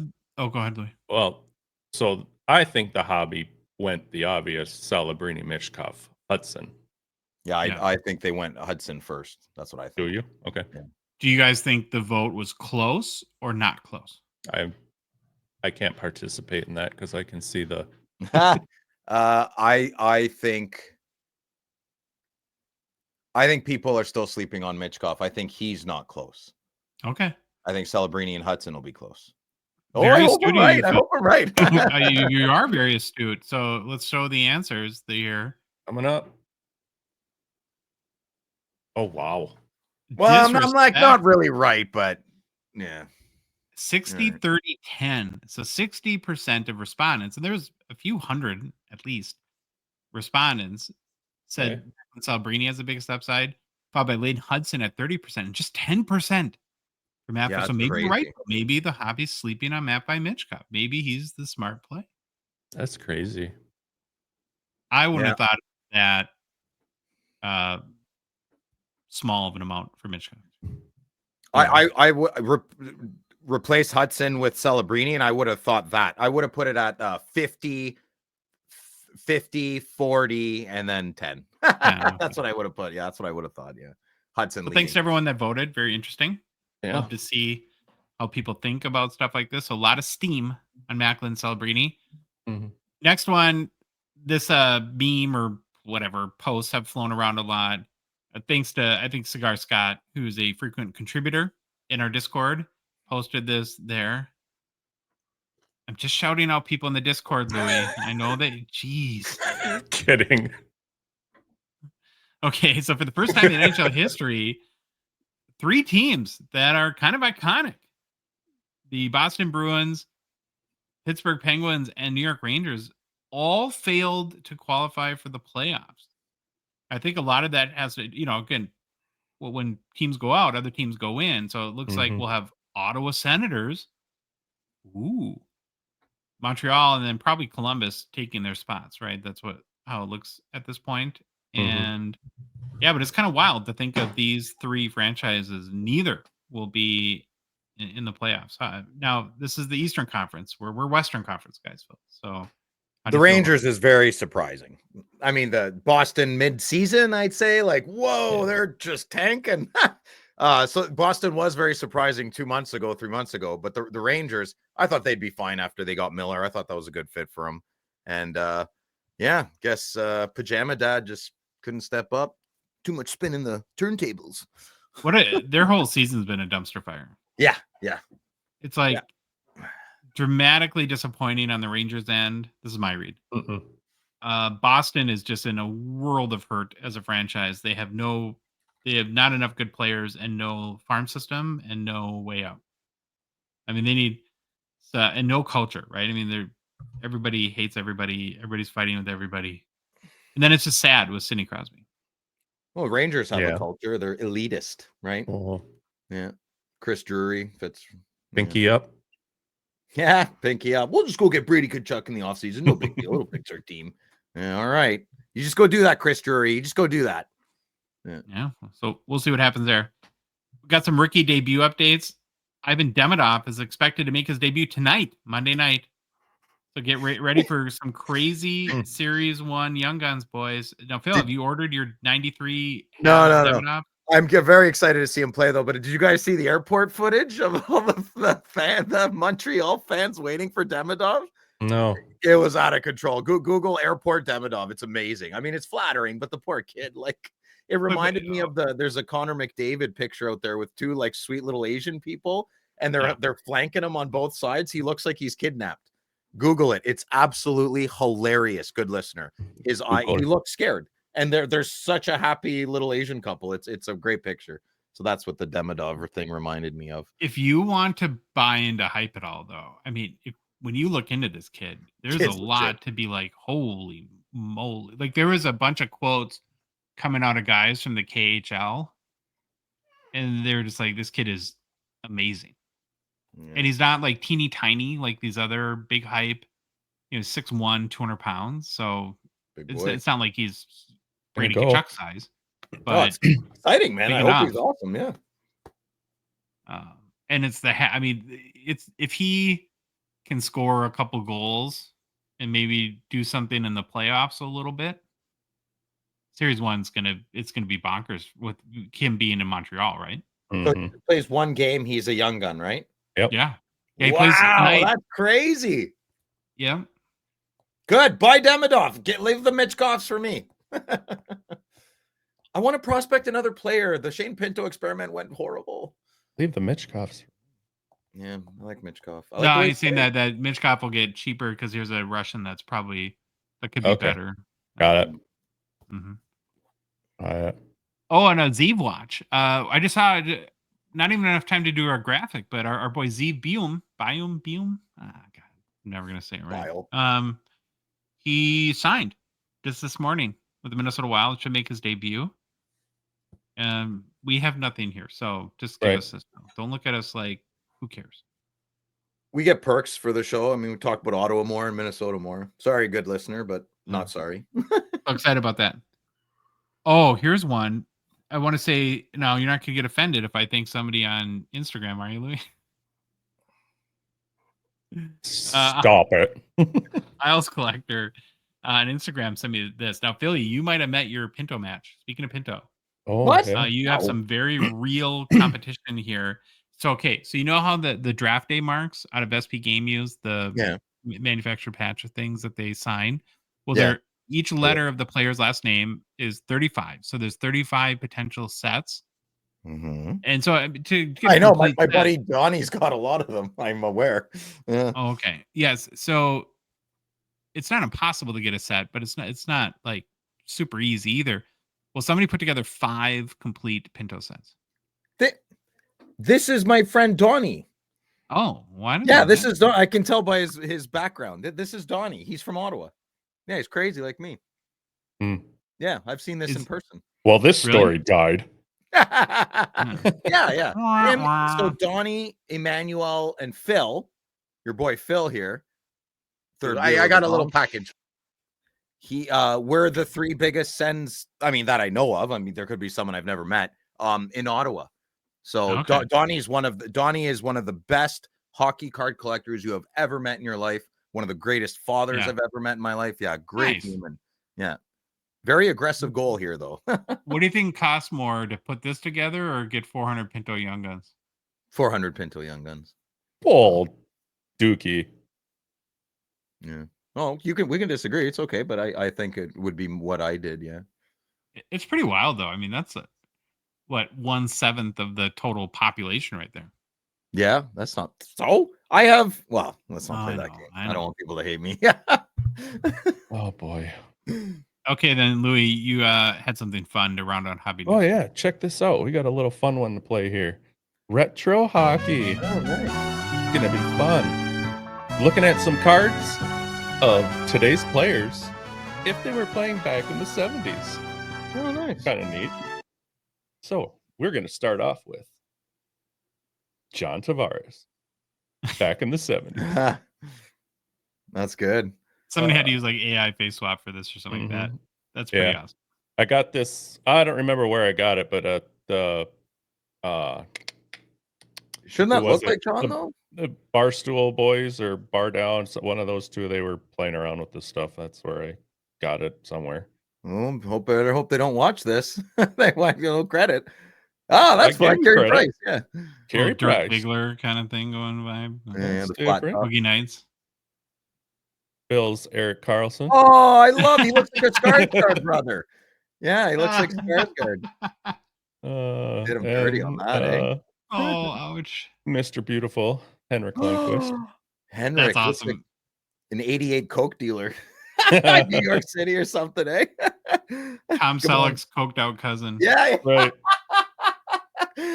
Magnum SI. Patrick Laine. Oh, Wait, that's not Patrick. That's That's Matthew McConaughey from Dazed and Confused. You got a joint? Yes, No. yes. Be a lot cooler if you did. Be glad. Yeah. Then, I really, this next one I think is spot on. Brad Marchand. Oh my god. That's fantastic. This is the best one ever. Oh, good. It says Bar Down up there. Okay, yeah. Bar Down did Yeah. this. Yeah, That is so funny. Yeah. kinda just looks the like- chops, man. The chops are perfect. Bubba Hotep. Do you guys know who Bruce Campbell is? Bubba Hotep? Mm-mm. No. All right. Oh Great. god. That was good. Yeah. Think of Step Brothers right now. Yeah. I think of Simon and Oh. Garfunkel. Oh yeah. Yeah. That's even better. Good job, Phil. God, Thanks, you're buddy. good. Big Paul Simon guy. Graceland. Best Yeah. album. Boxer, one of my favorite songs ever. Oh, great track. Yeah. 9 Look at this. Different Austin Matthews. That's accurate. Oh, he looks like No Country for Old Men. Flip a coin. Heads or tails. Yeah. What's his name? I always forget his name. That was great. Is it Javier Bardem or is it Benicio Yeah, it's del- Javier. Javier Bardem. Yeah. All right, this next one I think is top 10 of this list. Connor McDavid. I don't. Yeah, you can kind of see that one with the Tavares one's a bit weak. The other one, He's I never can't- looked that cool a day in his life. Yeah, that's true. He looks like Derek Sanderson off of the old Bruins there. Oh yeah. Yeah. Oh. Sidney Crosby. That's a. I was gonna say Mike Peluso hairdo, but that's a Jagger hairdo. That's Yeah, that's totally Yager's hair. Yeah. These are so funny. And take a guess who I picked for the last one. Nico Heischer, No. Martin Brodeur. Oh my God. Never mind. I'll just go to it. Don't ask me to guess. Alexander Ovechkin. I love that one. That one's my favorite. Yeah, that's the best one. That's what he's gonna look like. That's him. Yeah. That's gonna be him, and he's gonna pick up bowling. Yeah. Mm-hmm. Okay, how do we transition from that into Phil meeting a media hero of it? Now, this was all Phil's work. So good did a job on thing. you, Phil. Yeah. You worked hard and got this done. You got to meet one of your media heroes, Brent Wallace, the other day. You were like a happy little baby. It was so cute to see. We had, of course, the honor of talking with media legend Brent Wallace. He spent 20 years at TSN covering hockey, and for the past few years, he's captained the Coming in Hot podcast, along with former NHLer Jason York, covering all things Ottawa Senators. And so me and Phil, we both had a million questions for completely different reasons. I wanted to get the straight skinny on all Phil's Ottawa takes. It was a fun, amazing conversation with lots of laughs. So let's get to it. Here's our conversation with Brent Wallace. Well, Brent Wallace has a long and storied career in hockey broadcasting, and now he's on the show. Hi, Brent. Where did it go wrong for you? I mean, hey, listen, thanks for having me. I am a longtime watcher, first time caller. Nice. Oh, great. Yeah, caller. That works, well, of yeah, course, that works. you're the host of the Coming in Hot podcast with Wallace and York, which is the leading source of news, opinions that Phil can agree or disagree with, I'm sure, on a daily basis for the Ottawa Senators. And we are very honored to have you on the show. This is, of course, a big moment for Phil. He loves your Sens coverage. We hear about you all the time. So, you don't have a restraining order against him, do you? No. In a healthy way. It's a healthy way. Healthy way. Canada. Okay. I do have some comments about some of the comments he's made in our chat, but other than that, no, we're good. Good. I can't help it. I'm sorry. Okay, so Phil's gonna have a lot of. I just have a couple I want to get out of the gate for you, and then we'll talk about some of your experiences in the hobby too. So, Phil can't mention the Maple Leafs by name. He calls them the Blue Team, and one of the things that I've always kind of wondered is where does he fall in the paradigm of the typical Senators fan? Is there that big of a rivalry with Toronto, or is he to the extreme? Oh, it's no. Now, it's excessive to maybe just call them the Blue Team, but that's okay. Everybody's different. But it is a massive rivalry. I'm trying to think in Minnesota, what Packers, would be Vikings, Packers. yes, exactly. Like you don't really want to wear a Packers jersey at a Vikings game. No. Right? So it would be, like it is in Canada, it would be the Oilers and Flames rivalry. And then there's this rivalry. And a long time ago, there would have been the Montreal Quebec City rivalry, but this is a huge rivalry. Okay, well, good to know there. Now, very famously on our show, because Phil's guy is Brady Tkachuk, and he's talked about him a lot, and he swears up and down that Brady brings such good structure, whatever that means, to the Senators that it doesn't even matter if he scores any goals. He doesn't need any goals, no assists, no points. His structure is that good.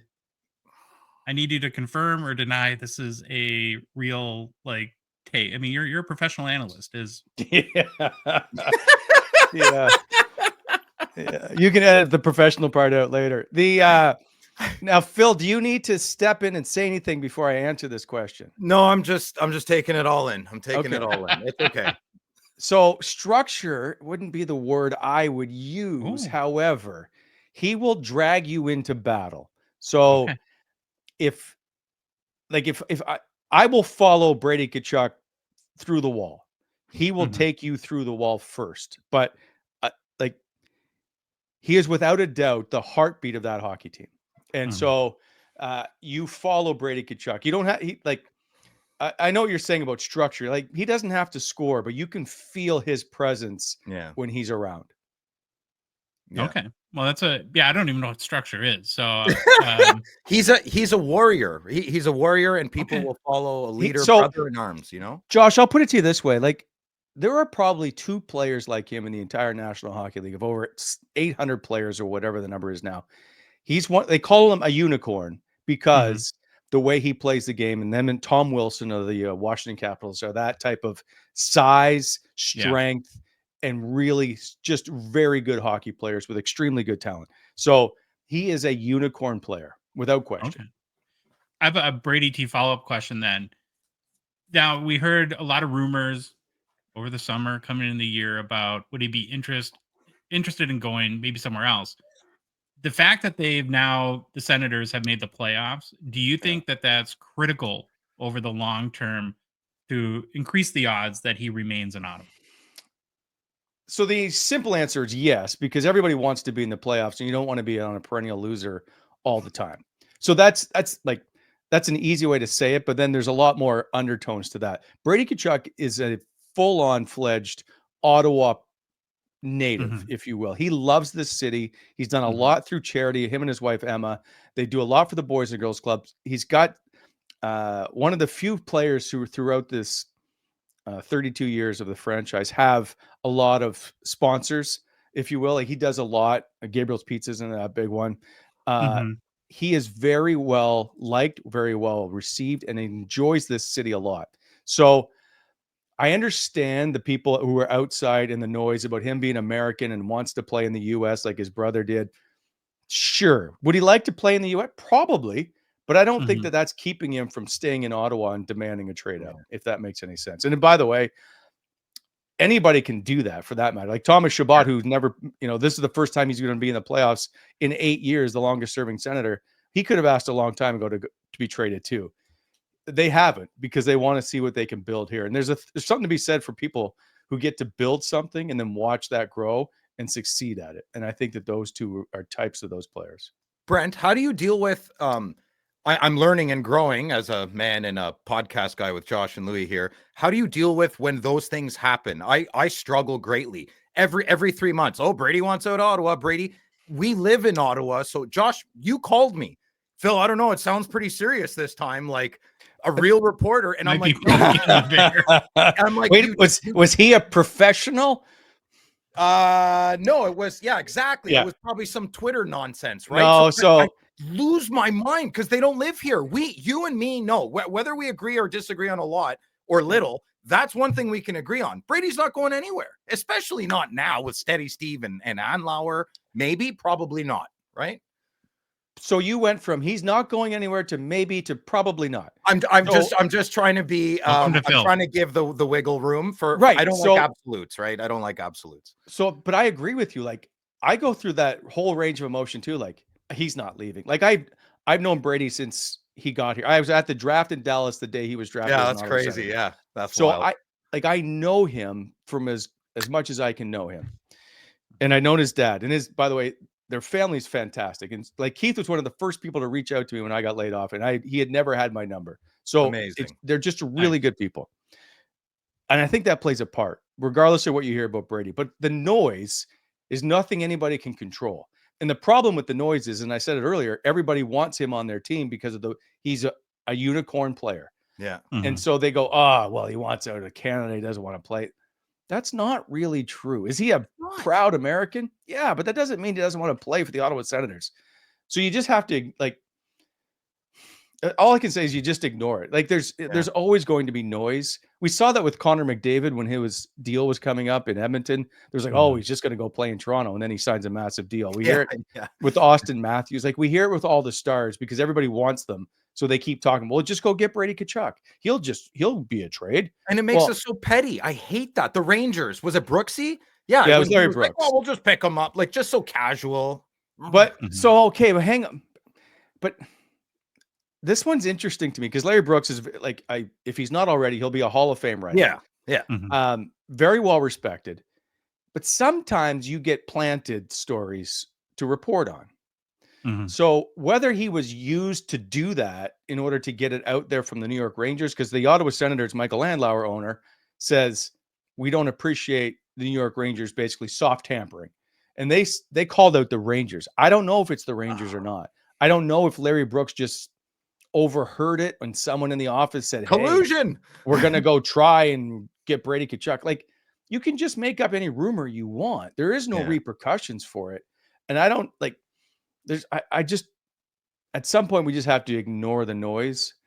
Yeah. Unless you can really see that you hear, well, Matthew Tkachuk doesn't want to sign a new deal and wants to be traded. Then you realize, okay, that's where the noise is and that's where it's going to happen. But until then, Brady Tkachuk's an Ottawa Senator for a few more years.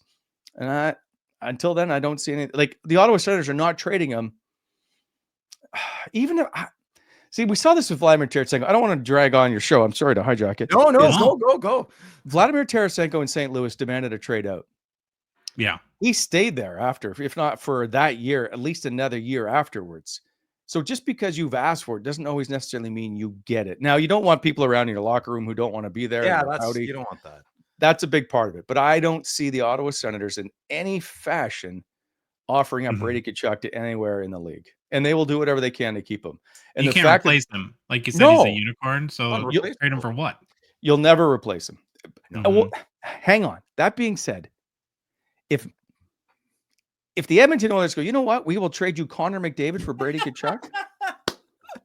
Okay, I'm in. Mhm. It'd still be sad. It would still be Right. sad. But there are trades to be made.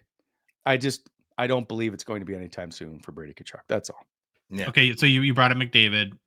Wasn't Yeah. planning on this, but my favorite McDavid question is this because I think about it a lot. Does he have to win a Stanley Cup to be considered an all-time great in hockey? This bugs me. This always has bothered me, the Stanley Cup question. Same with the Hall of Fame. Oh, he didn't win a Stanley Cup, so he doesn't go in the Hall of Fame. There Mhm. are 20 guys on the ice, 19 if you don't count the backup goalie, who have an impact in that game. You can't Mhm. just say one guy is in charge of winning the Stanley Cup. There are lots of players throughout history who have been on really bad hockey teams. Are they not like if Ray Bourque did not win a Stanley Cup when he went to Colorado and just stayed in Boston, would he not be in the Hall of Fame? Of course he would. Sure. So I don't like the whole you're not good until you win a cup because I just think it's nonsensical. And I had this discussion with an Edmonton show the other day about they didn't have Connor McDavid in their top 10 players of all time. And I was like, wow, an Edmonton show. That's interesting. now I should say Matt is not an Edmonton native. Okay. But but the argument is, well, like some people don't think he is. And I think for one, he's one of the greatest players to ever play. But they're Mhm. like, well, he hasn't won a cup. And I'm like, he's got like scoring titles and MVPs. And I don't know what else he needs to do. There's always debate. And I don't like the debate about the Stanley Cup. Never have. How do you explain then? Because I'm not disagreeing with you, but how do you explain the lack of I don't know what is it from like Marcel Dion, right? He's not. I mean, Yeah. on That's so paper, sad, yeah. right? I mean, he's like 700 goals, right? And Yeah. So I think there have been a little shy of 8,000 players. I think it's 7,700 players to have ever played in the National Hockey League. If you have played 1,000 games, and I understand now it's 82 games and it wasn't when they were back in the 1902s. Okay. However, if you've played 1,000 games in the National Hockey League, I think you deserve to be in the Hall of Fame. I think if you scored over 500 goals, you deserve to be in the Hall of Fame. Almost like golf.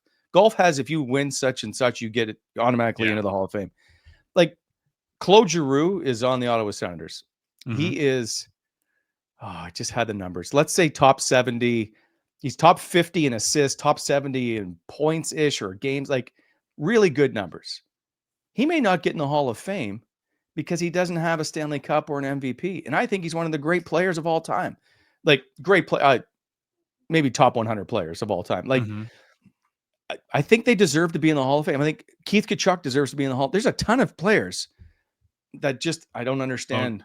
Like Papa Walt would be at the top, like him and McGillney, right? Or at the top. Alex McGillney, like That's you would crazy to McGillney, yeah. You would want to watch these guys play in the National Hockey League. And that's one of like if they are so important that you wanted to make sure they were at all-star games and you always knew that they were the face of the LA Kings and Marcel Dion, they should be in the Hall of Fame. You celebrate the players who had an impact on the game. Marcel Dion had an impact on the game. Well, and getting back to then Tkachuk real quick, I think the if you want to keep him in Ottawa for the long term, the best chance to do that is to field a competitive team, and it looks like Ottawa is on the verge of doing that. You guys have some really nice young building blocks. One of those, and I can tell you a little bit about Phil here. Phil went pretty hard in on from a hockey investing standpoint, which we don't normally do. We're more collectors on Shane Pinto. He bought 400 plus Shane Pinto Young Guns. I believe in him, and it's not worked out super well so far. So what's your Shane Pinto upside at this point? What's his card going for? About $3 to $5. No, stop. You Josh, bought it at $5. It's like 1.5. Oh yeah, I took a hit, but it was my first opportunity. It's called prospecting, Brent. I'm not a prospector, but I've been following Pinto forever, and we both know how smart he is, how good he reminds me of a more talented Chris Kelly. That's how I picture Pinto. He's stuck on that third line now, right? So he's not gonna. He's a role player now. I still have faith in him like crazy. Sanderson's my second one. I got over 200 Sanderson rookies. Okay, so we call him Shane Winto on the show because every time he scores, the Sens win. They're 13-0-1 when he scores. Yeah, this Josh. season. Oh, They're 22 or 23-1-1 when he records a point this season. So yes, he has an impact on the game. Now, you put him to Chris Kelly, eh? I said a more talented Chris Kelly, just the way he views the game. But if you label him Chris Kelly, you're labeling him a third liner for his career. And I think if anything, he is a Mike Fisher second line player. I think really? Are you kidding? He's a 20 goal scorer on a third line. Yeah, I know. No. Yeah, numbers don't lie. He's got size. Yeah. Extremely his hockey IQ. I don't know if he's any smart off the ice, but his hockey IQ on it is very good. Shane Pinto to me is a second line center all day long in a couple of years. Yep. Now, Phil's other guy, Sanderson, he wants to adopt him. Are you as high on? Is he going to be captain of USA, Josh? You will know Jake Sanderson very well in the coming years. Next year, Jake Sanderson is the best player on the Ottawa Senators. Oh, you heard it here first. They're over here. Yeah, I love it. Yeah. So it's really exciting defensemen now, young ones. Yes. So when it comes to Jake Sanderson, I'll just put it to you this way: like if you are at all involved in hockey outside of Ottawa, you are aware who Jake Sanderson is. Yeah. He gets talked about as a future Norris Trophy winner, and I understand saying, "Oh, you're going to win one day" is pie in the sky, but people legit believe he will be a Norris Trophy contender for many years to come if his trajectory stays the same way. Yeah. Tim Stützle is a hell of a player. He is a world-class talent. Superstar. But if you had to build a hockey team tomorrow, you were taking Jake Sanderson off. And if you had to take anybody off the Ottawa Senators, I think Jake Sanderson goes first, Brady Tkachuk second, Tim Stützle third. Not crazy. So you think Sanderson has the upside of like Baby Bobby Orr, Cale Makar, and Quinn Hughes? That's an unfair question. So Cale Makar is in a different atmosphere at the moment. Who's Baby Bobby Orr? Yeah, that's what I say it on Brent's show all the time. Baby Bobby Orr. No one bites though. It's okay. Well, because no one's been around enough to see Bobby Orr play. Yeah. Because I couldn't tell you what Bobby Orr looked like as a player. He blew me off one time for an interview, and I'm still sour about it. And so we know the feeling, Brent. I don't like Bobby Orr. Yeah. Bobby Orr, again, different planet and in a different time. I will say that. And arguably one of the greatest, if not like top 4 players of all time. I appreciate that. But only played 9 full seasons. He had 3 limpy seasons with Chicago, 9 full seasons with Boston. And that's how we all remember him. Not even 10 years. And how many did he have? 4 100-point seasons? That I don't know. I think it's something like that. It's just nonsensical. That's crazy. Yeah. Crazy. Cale Makar, different. I think he's close to a Quinn Hughes. They're different players. But I don't. Yeah, like I would be interested to see. I would like to poll 32 GMs and go, if you had the choice between Quinn and Jake, who do you take? Quinn would come out on top at the moment because he's more dynamic. But Jake Sanderson's a hell of a hockey player. I've watched three games this year with Hughes in it, and I guess I watched the 3 crappy ones. He didn't do it for me. I mean, I see the talent. He's been hurt this year, though. I think I know. I thought maybe he might get Norris consideration this year. Yeah, he reminds me, like, if you see Lane Hutson, I think of Quinn Hughes. Yeah, Lane Hutson has great edges, and Quinn Hughes is that type small. Of player. These guys are so teeny, though, eh? But the game's that way now. Yeah, no, you're right. Yeah, we got to interview at the rookie showcase that Upper Deck does before the season, and they bring all the rookies together. They put on the jerseys and do like all their young guns card photos and stuff like that. The Shane Pinto ones. Oh yeah, those ones. All 400. We got to go in September. I couldn't believe how I have a 19-year-old son, and I couldn't believe how young Lane Hutson looked. He looked. Yeah, it's the first thing Josh said. First thing, he's like, he's 12 years old. I'm like, so how's the event? Lane Hutson looks 12 years old. That's what he said. Yeah. It's wild. When you get an 18-year-old in the NHL, Tim Stützle was the same way. Like, oh my God. Really? These are babies. Yeah. Little German. Well, you're a dad. Your son's name's Ryan. Yeah. Right. He's 17, so I'm like, Oh, you're okay. like, this is his draft year. I'm like, oh my god, Yeah, that's crazy. You're a terrible hockey player. My son's handed an 17. 18-year-old millions of dollars, and Yeah. it's amazing. Like, I keep saying to my kid, like, what have you done with your life? This dude lives in the NHL. Buy your own car. Stop using mine. That's my right. conversation right now. Okay, now to get a little more, I have a couple more like the hobby kind of stuff. How you're around a lot more NHLers than we are. How cognizant are they of memorabilia and hockey cards and things like that? Good question. So, from what I've always noticed, the most part. Now, some guys just don't sign; they just don't want to, whatever.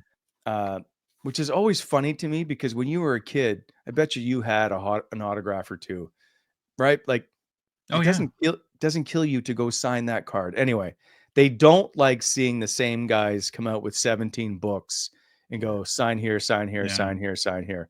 That's the only issue I believe they have. But like, we're not supposed to get stuff signed as members of the media, and I totally understand that. I was actually, quick story, 2005 Stanley Cup playoffs, Sidney Crosby's first year in the playoffs. They're facing Ottawa.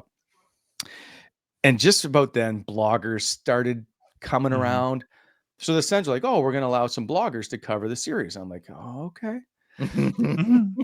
After Sidney Crosby's media scrum, someone stops and goes, hey, Sid, do you have something I could have that you could sign? And I was like, oh, my God. And that was the end of the bloggers covering the Stanley Cup playoffs. Yeah, that's over. But, and by the way, Sid will only now sign your name. Have you noticed this? No? Just like Gordie Howe. So Gordie Howe would only go, what is your name? Because he would only sign to Brent so that you couldn't go and resell them. I love that. Nice. And so Sid, I got way off on the Brady story, but Sid, I have two pictures in my my house for my kids that both have a Crosby for different reasons. My daughter was born the same day that Sid was drafted in Ottawa. And cool. TSM was like, is your wife really in labor, or can you go cover the squeeze draft? out? Yeah, come on, Brent. And I was Come on. like, You want to make it up the ladder, eh? we will not be there. So I told she's become a Penguins fan since, and so she has a picture. And then my son went to his hockey school a long time ago and got something signed. But anyway, point is, he will only sign your name on that. Same with Gordie Howe. His autograph is one of the best in the league. Sidney Crosby. It looks great. It's beautiful. And what I'm going to ask one of my 17 to squeeze it in there. In your circles, Brent, which would be professional circles in the scrums, has the penmanship been discussed with the younger players? Because it is, as a hockey card collector, it's a scribble with the young men. They don't learn cursive in school anymore. So do you ever hear like Giroux being like, you should take pride in your autograph, Jake? Jake Sanderson's the worst auto in the whole league.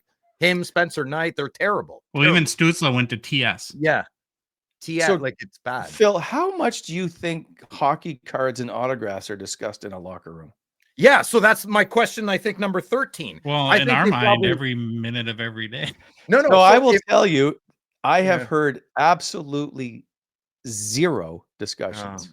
Well, there goes that question. 25 years, zero discussions.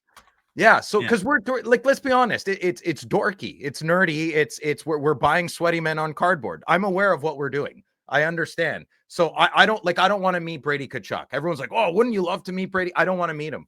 I never want to meet Shane Pinto.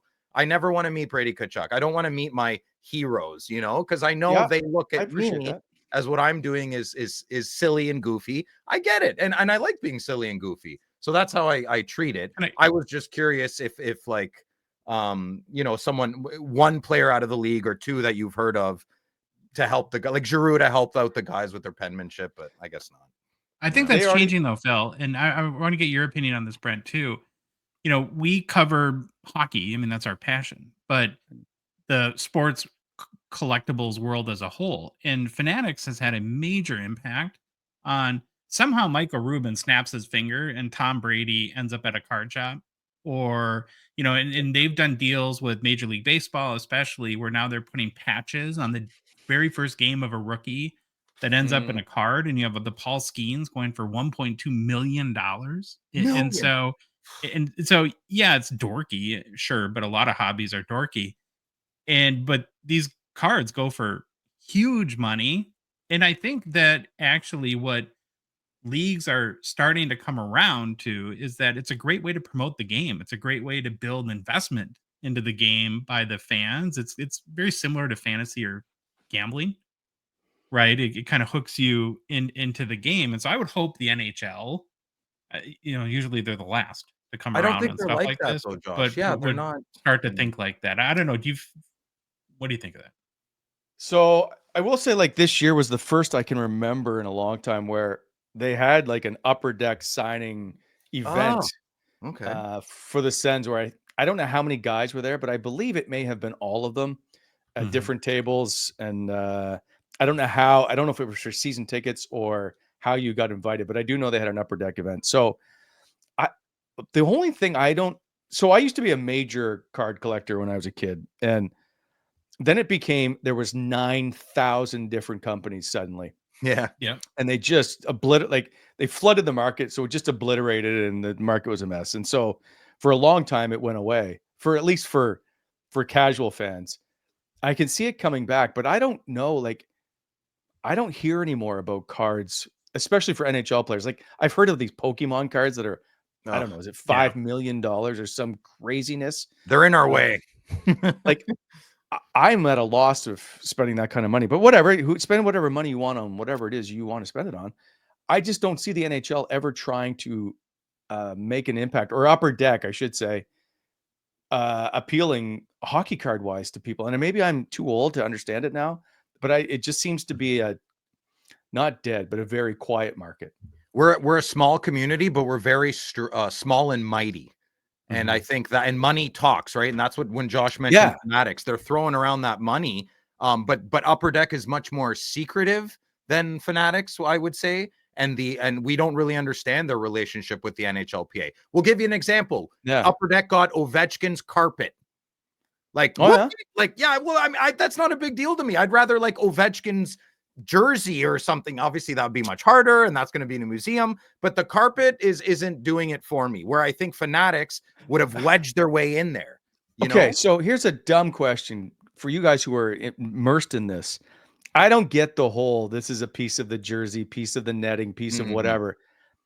I don't give it. It is so small, it doesn't really matter. Yeah, to me. I know, it's so tiny. Like, is that really that? Sports cards is all perceptive value, right? I mean, there's no inherent tangible. Even a Wayne Gretzky rookie card, his PSA 10 that has sold for $3.75 million US, right? It's just, it has that value because people admire Wayne so much, and then a grading company gave an opinion that this is a gem mint perfect card. So that's the basis of its value. And so the trading card companies engineer scarcity a lot, and one way to do that is to put a piece of jersey into it. And like at this rookie showcase, they'll have a pile of jerseys and here's kind of an oddity in the sports cards world. The Skeens card. Well, yeah, we'll explain how hockey does it first. And they'll take Shimmy Shakes Lane Hutson into a room, and they'll have him put on 50 jerseys in a 4-minute, count to 3. Right. And now that's a player worn jersey. Right. And then they have different distinguishing factors versus like game used and that. And so all those elements, and then us collectors, we get really particular. So if it's a Blackhawks patch and there's 7 colors in it, like we look at 7-color patch, Brent. 7-color patch. So 1-color patch. And so all those things so I'll give you an example. If you look at like Connor McDavid, his most valuable rookies out of the Cup, which is the premier hockey product, and his rookie patch auto out of 99, a 3-color beautiful Edmonton patch with a big piece of the orange in it, right? That's so vibrant. That might sell for $50,000 or $75,000 more than just a patch that has blue and white. Well, it makes that big of a difference. Like, I did see You see that? Yeah. That was worn by Jake Sanderson. Yeah. This card cost me about $650 Canadian. There's only 24 of them, and this patch, it is very tiny, but it was worn in a game, so I like it. Okay, so do you have any? I forget the word. Confirmation. I know there's a different word I'm thinking of. Provenance that it was worn in a game. Yeah. So Anything I have Upper Deck will provide that. They'll say game worn, but it's very loose. And where like Fanatics is taking the industry is they are going, like I said, with baseball players, they put on their shoulder an MLB debut patch, and it's only worn. And it's easier for Fanatics to do this because they make the jerseys too. But and so that patch gets after that player's game, their first ever in baseball, gets taken off the jersey and gets put into a card. That's cool. I think that's cool. And so then you have that provenance from that game, and that's what we've been talking about. Yeah, I mean, we know Upper Deck, but they don't listen to us. Of course, yeah, they don't like us. And but I think the more cards can get to that point, like if you knew that, okay, here's a piece of Connor McDavid's jersey on a game from even a regular, February 12th, 2000. Yeah, that's cool. Yeah. 22, where he had 2 goals and an assist. Well, maybe you took your kid, that was his first hockey game. Sure. And now that would have, special meaning, I guess, from that perspective. But I only find, so again, I find this fascinating because I started a long time ago. When back in those days, you didn't collect particular cards as much as you collected sets. Sets of players. Right. And so in that set, you would have the player, but people only really like, well, do you have the full set or the set's not complete? And so, mind you, I think I put a few Wayne Gretzky's through my spokes and my bike tires. Oh, he's one of that generation. Yeah, right. Because that's why they're worth so much. I mean, that created right. Scarcity, that's exactly right? what the bubblegum era. Like, so there are so many different, like there's the LeBron this, the LeBron that, the LeBron, like that I always found was just annoying to me for like, I just want the one that comes in the set. I just want that group. And then there became like, oh, there's the rookie set and there's the young gun set. And then there's this. I'm like, I couldn't keep up. And that was the stuff that always really kind of turned me off, is that they just seem to want you to buy more and more just to make it different, when in reality, it's all the same. Would this we call it the junk variety era, right? Because there's a lot of, there's too much variety in some cases. And what it really translates to, Brent, is that there is a very steep learning curve in this hobby that costs people thousands of dollars before you and you have to like it enough to want to commit. Let me give you my story. Yeah, I want to hear the story. Yeah. Hi, I'm Brent. Hi, Brent. So I feel like I need to lay on the couch for this. So, okay. 1985, 86. So I'm like 12, 13. My buddy and I we're more into basketball than any other sports. We're buying basketball cards but I'm buying up NFL cards and whatever. We're spending all the money, which I don't know where. My paper route, that we were buying anything. So we go one day to the card store and there's 2 sets of basketball cards. One is, I sold it since, was like, I think it was Magic Johnson, Larry Bird's like second year in the league. Whatever year that was, set kind of like 1980. And then there was this 1985-86 Fleer set. So it was right around the same. So I thought the older was better. Yeah. The 85-86 Fleer set is the Michael Jordan set. So I gave up that set, which by the way had like Charles Barkley and Dominic, like, so the set I had was probably worth $6, and that set went on to be worth thousands of dollars. And so that will always bother me, which is probably why I just put the cards in a box and I've never gone and looked at them since. You still have them? I sold a few basketball cards because my basketball coach was like, let me buy those ones. But I have, I don't know, probably 10,000 cards in the basement. I haven't gone through them. Oh, go through them, Brett. No, I don't have the patience, and I don't want, like, you got to sit through and try and grade them and count them. And like, I love doing that. Yeah. I'm pretty sure an OJ Simpson, like number second year card. And I'm like, I wonder if this is actually worth anything. I have no idea. Football is in a weird way, it probably is, but then there's the whole kind of thing with him there too.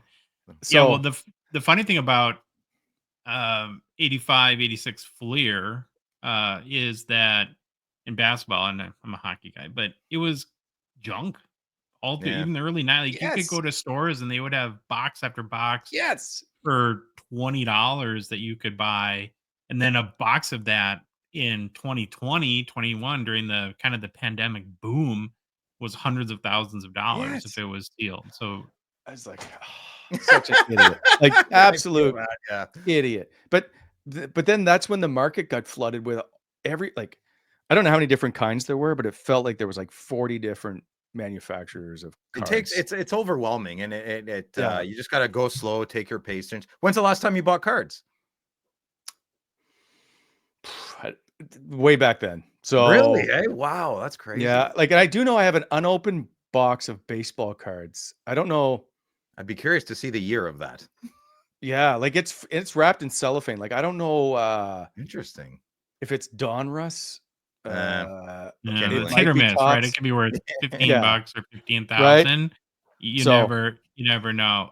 I do Okay, have well, some football cards that are what do they call when they're wrong? Errors. errors. Error cards. Like Yeah. they've got the name wrong of the player of like who he plays for, or it's upside Mhm. down. I have a That few of was- those. That was Josh's name when he was born, but then they felt that was bad, so they called him Josh instead of Error. Yeah. Okay, so Josh, can I ask my questions, or do you still have some for Brent? No, you're going on mute. No, Aw, yeah, you can come ask on. questions. You can ask questions. Well, actually, I have one more follow up, then I'll leave it entirely All right, to all you, right. Phil. So I kind of want to dig back into it. You don't hear much hockey card talk around NHL locker rooms. I Never. get that.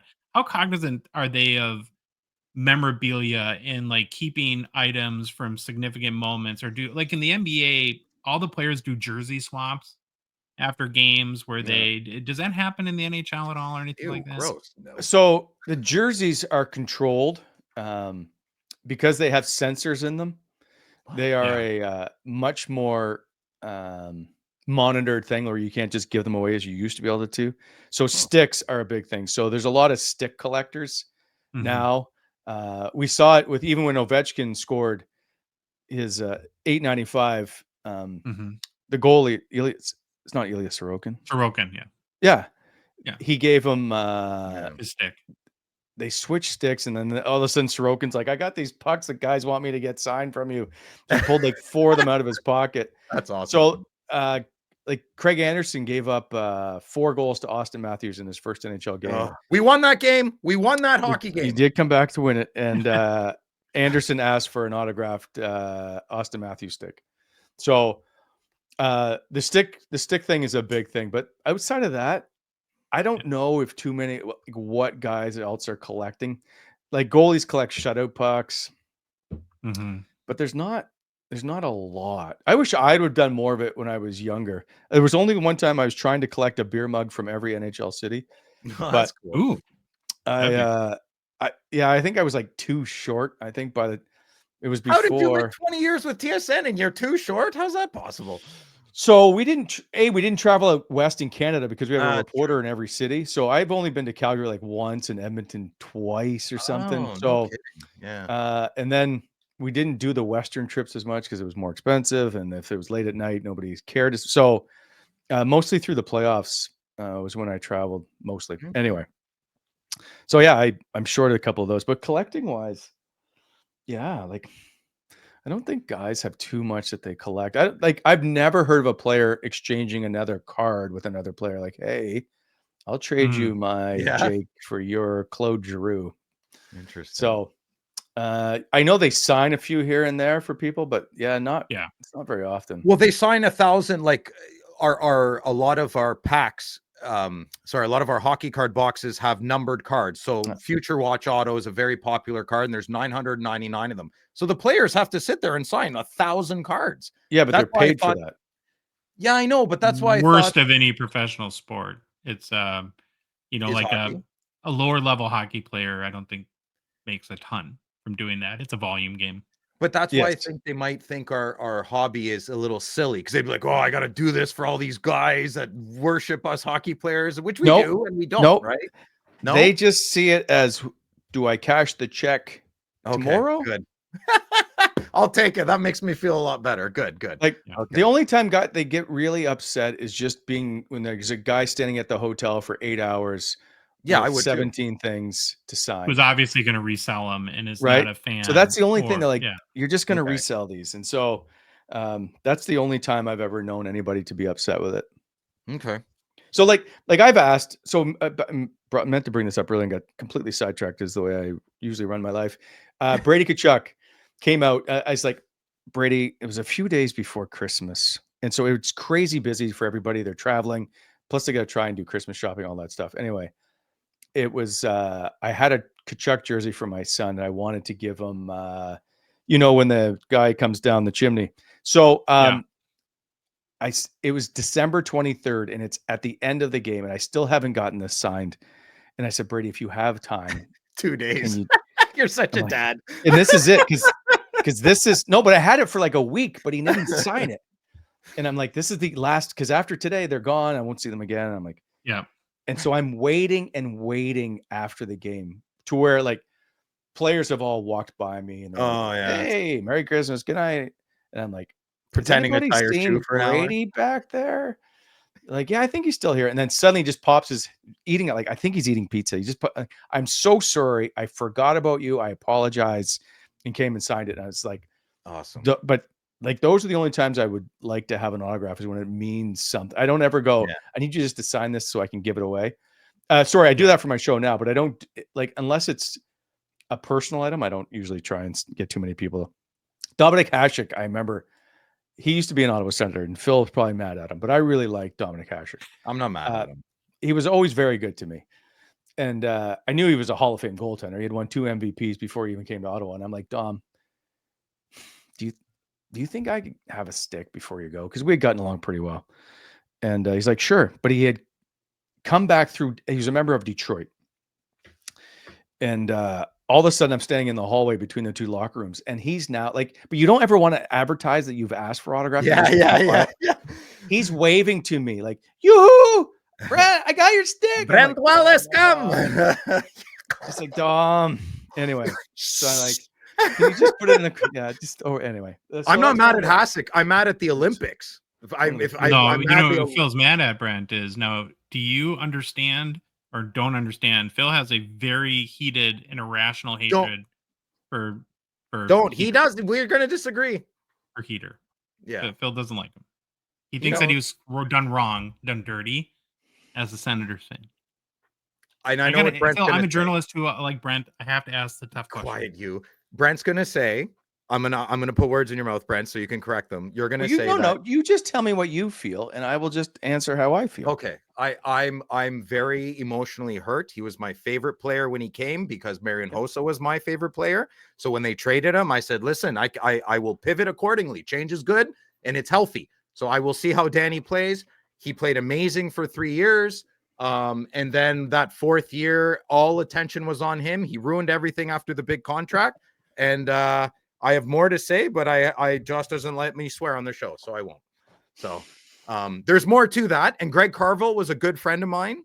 I know a couple of things that you probably know a lot more than I do, but I know a couple of little things that happened locally that were very upsetting.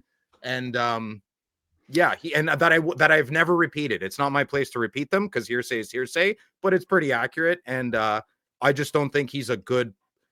He might be a good family man now, but at that time he was a jerk to our city, and I remember it, and I don't like it, and that's my piece. Okay, that's fair. I don't. None of your points would I ever diminish whatsoever. Thank you.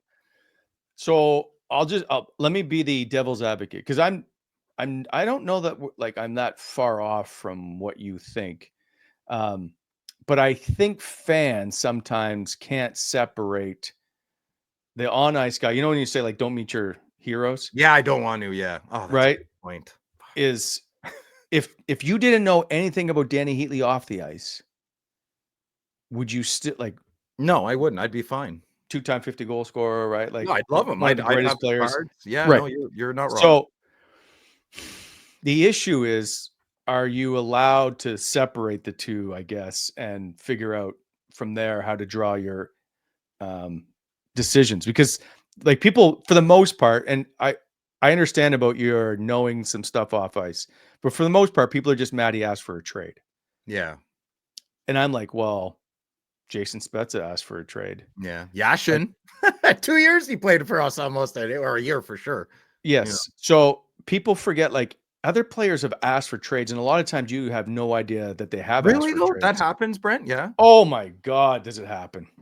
Really? Because you Yeah. talked about that on your show, and I was like, really? That happens more than we know, eh? Oh yeah. Yeah, yeah. Really? And so there becomes a falling out of whatever, like, I'm not getting played enough, or I think I deserve to be here, or I don't want to be in the city. And like, Well, the lots second of power times. play with Clouston, that's what came out. He just dominated all the news. That pissed me off. It was annoying.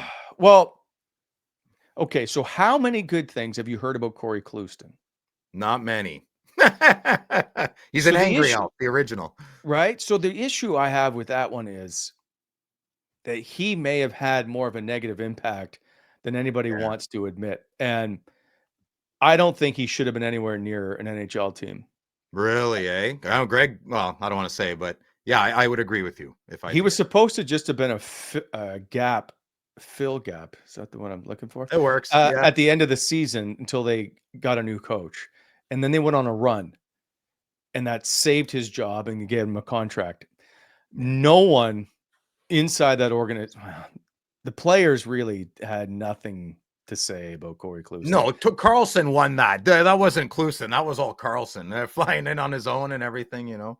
Like, yeah, if Corey Clouston wasn't chosen, so Brian Murray's big problem was he picked horrible coaches. Yes. And if Corey Clouston wasn't the coach, perhaps this would have played out a lot differently.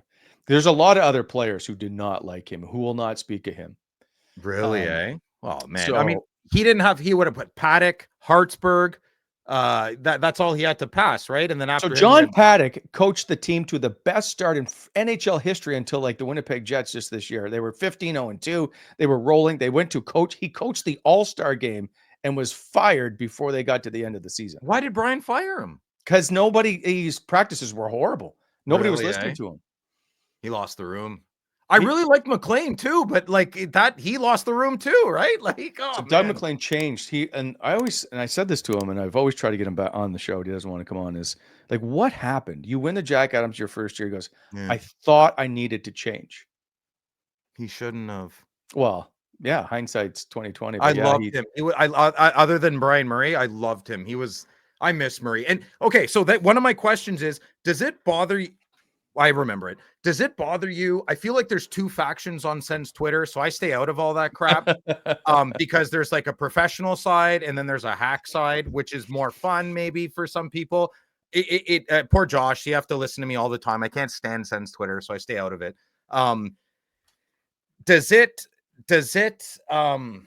Does it bother you how a lot of people have absolute takes and you are a professional and you not that an opinion is objective, but there's so much noise. I get dizzy of it. And that's why I stick to with you, Locked On Senators, and I don't pretty much do anything else. I follow Graham, I follow Jason York, I follow more NHL guys. How did you pivot when you got laid off from Bell Media and then you're like, "Oh my God, look at this whole world of hyenas." Do you know what I mean? Like So just 'cause you can do more videos a week doesn't mean you're better at your job than a former professional. And you got flamed pretty hard for your dislike of Dorian, which is insane to me how that man can get any love in any way. And I'm right with you. I'll scream at the top of a hill and die on it. You can be there with me. You don't have to die with me. But when you got roasted on Reddit, I was like, these people are insane. You do not know hockey. You do not know hockey. So I haven't read it. Don't bother. It's no pun intended. So you'll be dumber for doing so, but they're absolute takes. And these guys have big Twitter accounts and I've met some of them. Oh my God. I don't understand. But if you haven't been around the room and around the organization, chances are I'm not trusting you to tell me what's going on. So because there's lots of stuff that I don't, same with like all the other media that's around that we don't report, but we know what's going on. So sometimes the way we say it is based because we know what's going on. And sometimes we say stuff that it actually isn't completely 100% right because really, well, so if I know Brady Tkachuk, let's say we'll pick a different player. if I know Daniel Alfredsson has a broken finger, does it help for me to report that or leave that alone? I'd leave it alone. Right. But am I Yeah, now, you'll be am I banned not? from the arena the minute that you, Well, there's like no there's, consequence. so if he's not scoring and not shooting well, a lot of times, the reality is the media probably knows about 10 to 15% of what's actually going on. Huh. So Interesting. if I report something, like if Daniel Alfredsson is struggling to score goals, and I know that it's because he got a broken hand or whatever, but they don't want us to be the ones reporting it, it doesn't do me any good to do it, Yeah. because the next day I go in that room, I have to be able to look around that room, and that becomes an issue. So it doesn't make me a puppet. It just, does it make me, is that the hill I'm going to die on today? Yeah. It's not worth it. Risk You reward. have to right? serve the greater good. Like, So there's a we get lot of that told stuff. things that we don't mention too, Right. because So like, that, yeah. like there's stuff like I saw Patrick Waugh went after Anthony Duclair the other day. Yeah. Hard. Right. He was very harsh on him. Yeah. Well, I can tell you there was a coach in Ottawa that said the exact same thing. He just didn't say it publicly. So does it do me any good to say, hey, so-and-so told me this about, like, no, it doesn't. So there's a lot. So when it comes to people on social media that have not been around that room, that don't understand the dynamic or what's going on, it just, But some people are getting let into the room though, right? Like aren't some Sens accounts getting access? Like not you, but like some other, like I can't think of them, but they're just getting more media access to the organization, or not necessarily. not Like, on a daily basis. no, okay. I thought they were, maybe, or possibly. I didn't know how that's trending, right? Is that legacy No. media, like, I guess you would say? Yeah. Or yeah, like I am the only, let me think here. I think I'm the only non-mainstream media that's Really? at the rink. That's Brent, that's awesome. But as you should be, right? Like, did you have to get special permission for that, or? Well, I couldn't get access when I was first let go because of the organization, but Yeah, no doubt. once the change in ownership happened, then I was allowed. What a breath of fresh air, eh, brother, on that? So- Oh my God. So the Pierre Dorian stuff always makes me laugh because people have no, like, I so can this only is imagine. exactly comes back to your point about understanding what's going on the ice and off the ice. The Danny Heatley scenario, like, people see what they want to see from Pierre Dorian in front of a camera, and they have no idea what's happening behind the camera. I saw what happened behind the camera to a lot of people. Yeah. That's my problem with my dislike of Pierre Dorian, who, by the way, we sit like 3 seats from each other in the press box.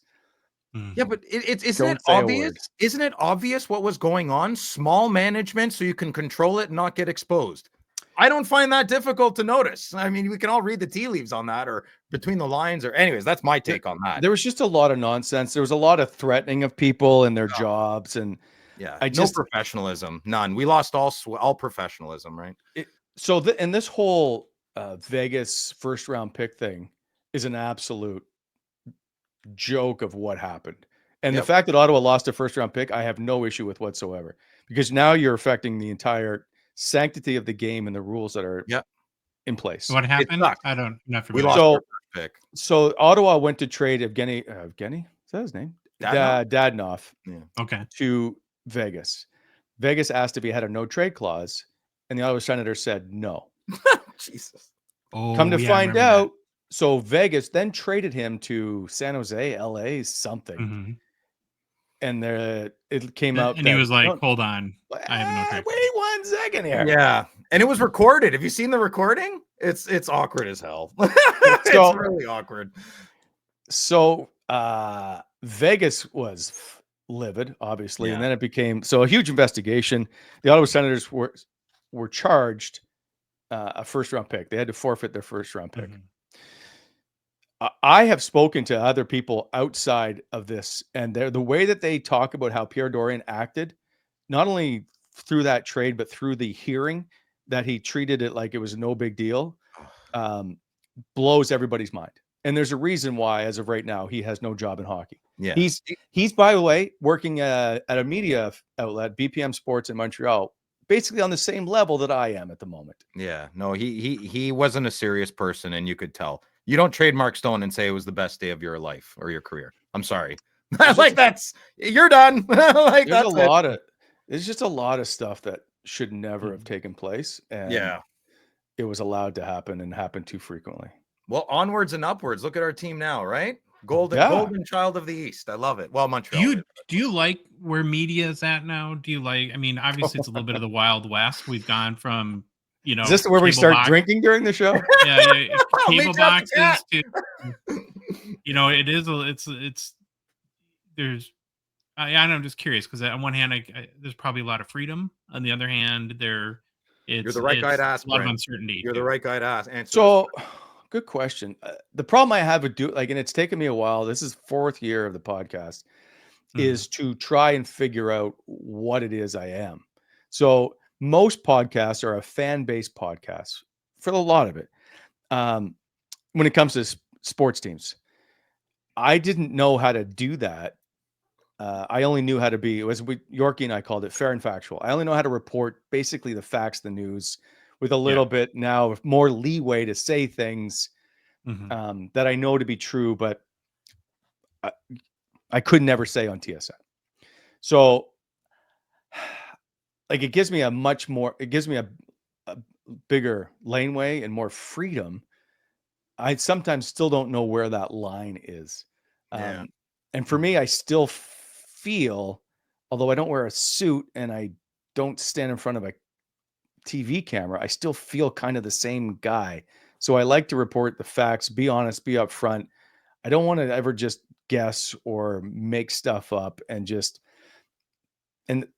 part of the things is some of the stuff I know that's happened and throughout my career of 25 years know how some things go of it keeps me from saying, oh, like Jimmy's the greatest goal scorer ever and he's going to be a National League Hall of Famer someday. Like that's what we say. I can't. It's coming. Yeah.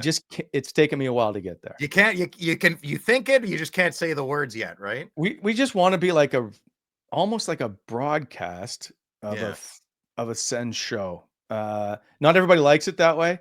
That's another thing you have to figure out is what people like and don't like, and have to understand people telling you, because people let us know on a daily basis whether they like us or not. And more often they tell us they don't like you.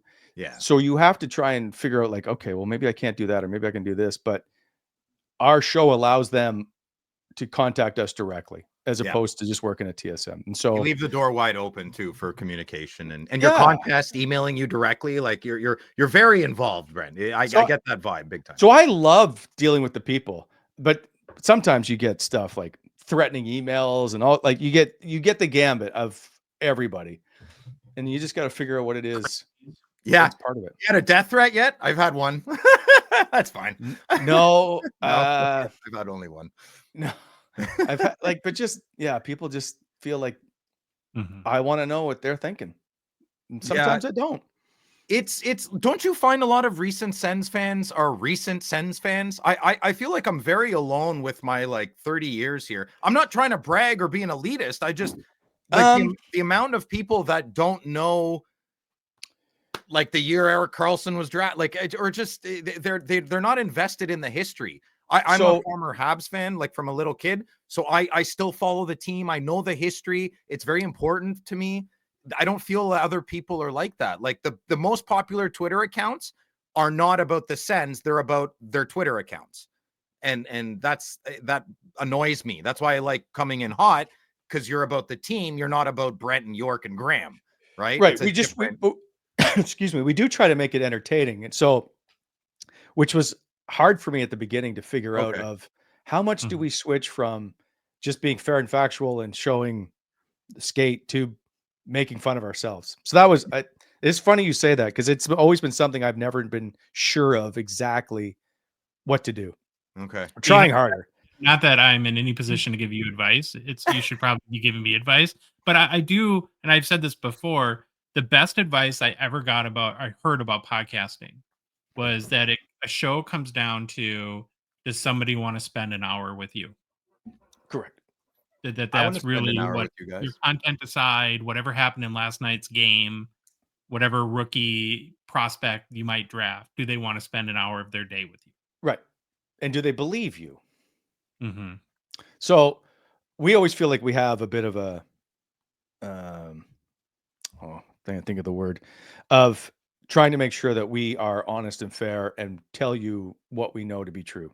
That's always been kind of our edict. And when you talk about the older fans, we do have plenty of like the number of retired people that have emailed the show to say, "Hey, Yeah. appreciate you bringing on the older people, all the older players." Yeah. It's great. That being said, Phil, people don't watch when I bring on Magnus Arvidsson and bring on the I older guys. know. The They chat don't. less. It's crazy. They don't know these players, so they don't relate. So basically, it's anything since 2017 onward Oh, is the most. And the issue with that is you've gone through so many players in that era. You don't have anybody that's played a couple of hundred games. You've I got know. Brady Memorability. Tkachuk and Thomas Chabot, Tim Stützle, Drake Batherson, and then you're like, like Nate Thompson played for the Ottawa Senators, who's a great podcaster, and I always debate bringing him on. Does anybody care? No, they won't. And so we've had like some great guests. Like Ken Hitchcock was on very early on, told amazing stories about the Olympics. I mean, he's a Hall of Fame coach, one of the greatest of all time. Yeah. People weren't as excited, and I'm like, the stories he told. Same with Mike Rupp. We just had Mike Rupp on. He was amazing. That was a great. What a well-spoken guy, eh? Right? Fantastic. But because he didn't play for the Sens, and people just don't, they're like, whatever. So trying to figure it out to make people want to watch for an hour is it eats me up every day. That's what consumes my day. Absolutely. Because I want people to watch. Like the same. Like if I could get everybody to, like, if it's the number one show in Canada, I'd be so happy. Trying to get to that will likely never happen. We're the smallest market. The playoff will help. The playoff will help. But yeah, but I want to make people want to really enjoy the show and feel like they're part of it, and that's an ongoing battle. I feel with me, I feel like I'm a part of your show in the chat, and I love the way we don't want you in the chat, but I we know you're there. Sorry, I can't help it, man. I'm sorry. I'm like, don't type. I've been ever since Phil announced that you were willing to come on, grace us with your presence on this dumpster fire that we call the Gong Show. I've been, I'm an American, right? So the whole world's about us. We don't pay attention to anyone else. Everyone's supposed to pay attention to us.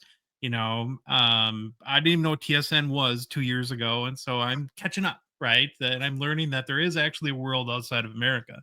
And so I've been watching your show too, and I think you do a good job. I like you had the dogs on today. My dogs right there, right? So Josh, I was so bad at picking the winner between the Sens and whoever the opponent was.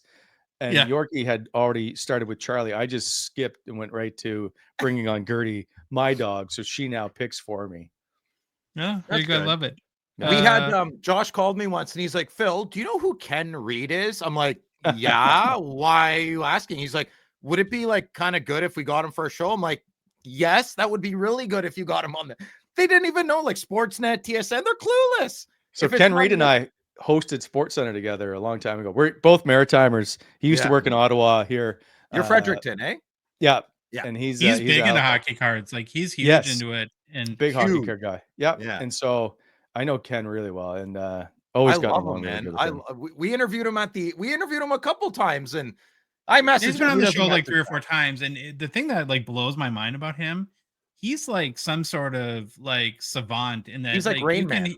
You can say, Yari Curry. Well, I remember in his 1984 O-Pee-Chee on the back, there was a cartoon about psychotic behavior. Yeah, how he loved to play baseball growing up. And it's like people too. Ian Mendes and I have covered the team forever together. Who's now the VP of Communications, but he was at Sportsnet for a long time. He can remember every game and like, oh yeah, they were up 5-3. I'm like, I don't even know what year you're talking about. So there's a guy, and I've witnessed this. He knows every game of every Dallas Cowboy season. So if you told him week 3 of the 2017 season, he would tell you what happened. It is wild. That's crazy. That's crazy. Okay, couple things. Well, I know we're going on a while, though. I got to take advantage. So I bought ShanePinto.com because Shane won't respond to my direct messages. So I'm trying to smoke him out. You So just I said you bought don't want to Shane- meet him. I don't want to. Oh no, I want to meet him in this environment, not in person and shake I think hands. in the US you can't do that anymore, Phil. I don't know what's like in Canada, but I think he could go to court and get it from you. Well, obviously it's a joke. I'm not like, dude, take it. I don't care. Like, I just want him to come on the show. That's all. So I'm trying to smoke him out. Should I have not done that?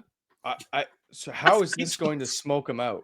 Because when he goes to want to buy it, Brent, he's going to be like, "Who owns this?" And How many people do you think own their own name website as a hockey player? The Kachucks do. I tried to buy Okay. Brady, Matthew, and Keith, and they all bought theirs. But Okay. Keith runs a tight ship. I think he's kind of the patriarch. Okay, so let's. Okay, give me 3 more. Like my wife used to write Mike Fisher's website when he played Oh, for really? Ottawa. So I will give you that. Most players, they don't care. So I spent $18 on nothing. Well, $18, but you got to renew it. Yeah, I don't know. I did it for 2 years. year? There was a discount. Yeah. Yeah, so you got to renew it. I got it for 2 years. Come on, Shane. So you think he's going to be? He wouldn't be the one reaching out. It would be his agent or his dad. I don't think he cares. He's outgoing though. That's why I thought Pinto would be funnier. Thought. Do you know? So I'm Brady Kachuk's biggest hockey card collector and Shane Pinto's getting to be Jake Sanderson's. I don't think they'd care about that, and I'm very okay with that. I am very okay. I'd love to meet Shane Pinto in this type of an environment. I'm 44 years old. What do I need to meet a young 20? I have nothing in common with them, you know? Like I'd rather hang out with you and Josh. I mean, it's a funny thing, our hobby, I guess. But I love his domain name. Oh my gosh. ShanePinto.com. Yeah. No, well, it's all one word. There's no space in it, but yeah. Brent is a professional broadcaster, and he couldn't find words to come out of his mouth. He could just go ShanePinto12.com. I don't know. Yeah, probably. Who knows? I don't know. I blew $20 on nothing. American. Okay. I got rid of that. Has anyone asked for your autograph? Yes, I feel bad when they do. Yeah, that's interesting. I had a feeling they would. I saw Timmy give you a smile and a wink today at practice along the boards. That was cute.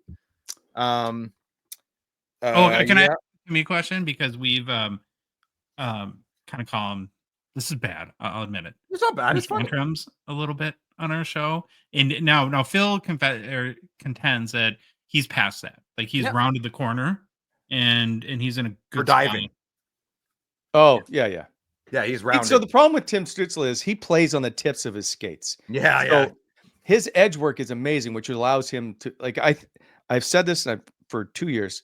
I would pay, if I had to, I would pay to watch him play the game. One of probably 5 guys in the NHL I would pay to watch. Cale Makar's another one. Quinn Hughes. Kaprizov. What about our guy? Krill? We have one guy. We have a team of one. One player. Yeah. Sure. Ooh. No, I wouldn't pay. No, like if you told me Minnesota and Kaprizov coming, no. He's Connor good, McDavid, Brent. You got to watch. I understand he's good, but to want to just go see this one player he's just not on the list for me. So, he's gotten more man strength. And so when he came in the league, he's 18 years old. He's a different guy now. He is a much heavier player. And I believe the last time I checked, he leads the league in penalties drawn. Oh, wow. He is a dynamic player who plays on the tips and he doesn't sit back. And does that sometimes push him over? Yeah. But if you skated the way he skated, I think you would end up probably there's no fear in his game. So he will come at you 100%. Mm-hmm. Do you still have a bromance with Alain Vigneault? Ooh, I haven't seen him in a long time, but okay. I remember that from TSN days, the fist pump in the corner or something like that. Yeah. Like, when everything was going on, he fist pumps Brent out of nowhere. I'm like, what? So we did the World Championships together. When you're the coach and I'm the only basically reporter around. Oh, that's we added this up. Like it was your 21 days, whatever. And if you talk to him every game day, twice, every off day, once. Sometimes it's 3 times based on if there's an interview or whatever. So I think we did 62 interviews or something over the course of whatever the 3 weeks was. And by the end of it, like he just, from whatever question I asked, he just, when you laugh and you can't control it. Yeah. I have one of those from him, and so Oh, that's good, man. we've always had a great relationship. I haven't seen him, I feel like, since he got fired, but Really? he's in the Ottawa area, so Oh yeah, no kidding. I got to I got to see him. It's been a tough couple years for you, Brent, with Detition, Simpson. It's been anyway. I just want to say, like, it's very admirable. Keep your head up high, and been what you haven't skipped a beat, man. And I did a similar mental health thingy when Simpson on my Friday nights with Phil. Things when that happened, I feel it's important to talk about it, because as dudes we don't talk a lot, right? So I feel it's important. And you gave me a lot of cues indirectly, obviously, watching your show. So just very, very impressive how you've kept the amount of professionalism through adversity, I would say. You know, like even Greg Millen this week, and Ray Shiro, who I knew as well. Like but it's like, people look at you when you speak on camera all the time and think that you just know what to say. I don't ever know what to say. And so I feel like an idiot, because I don't want to say things that are not true, or they're just to throw out things and make it seem like you're so much better.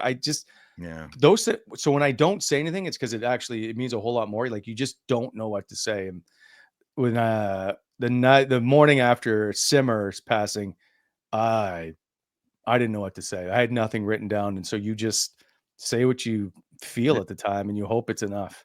Those things was crushing. That must have been so hard for you guys, and still is. I mean, that's because he would have loved playoff time. So, oh my God, right? Yeah. Just anyway. All right, Phil, you got any? We got a.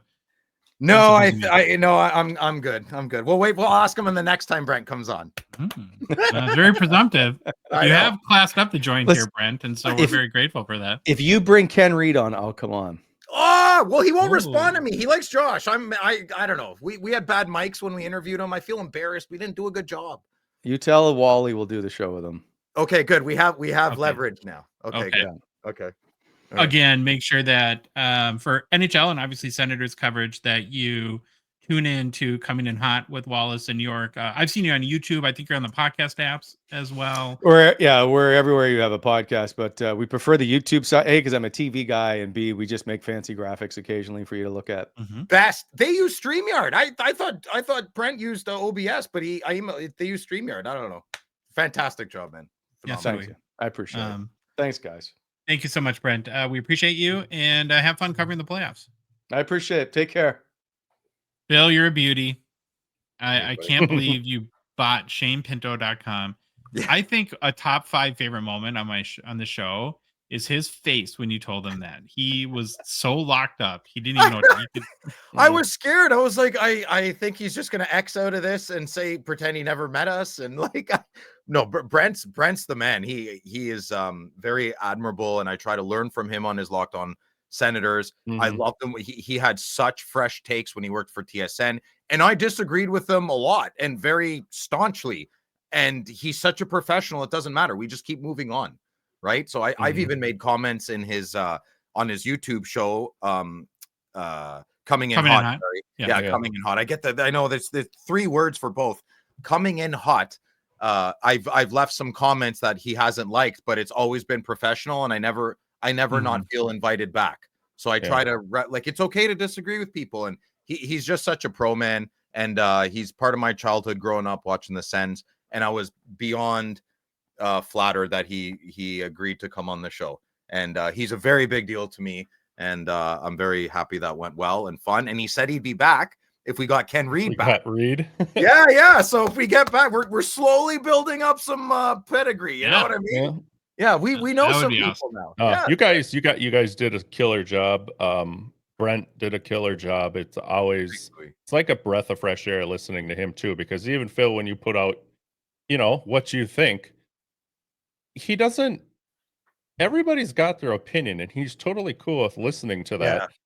But he's not afraid to ask why either. Why do you think that? Or maybe I'd say it in a different way. So that would be great. I'd love to have him back on, and hopefully I could maybe get in on one this time with him. There's good points. My stupid schedule. Man, he's Yeah, and like I actually disagree with Brent's takes about specifically the Senators, probably more than we agree. And I love the guy. I would love, yeah, man, he's top notch. Very, yeah, I am a bit of a fanboy, I guess. Dude, but you know what?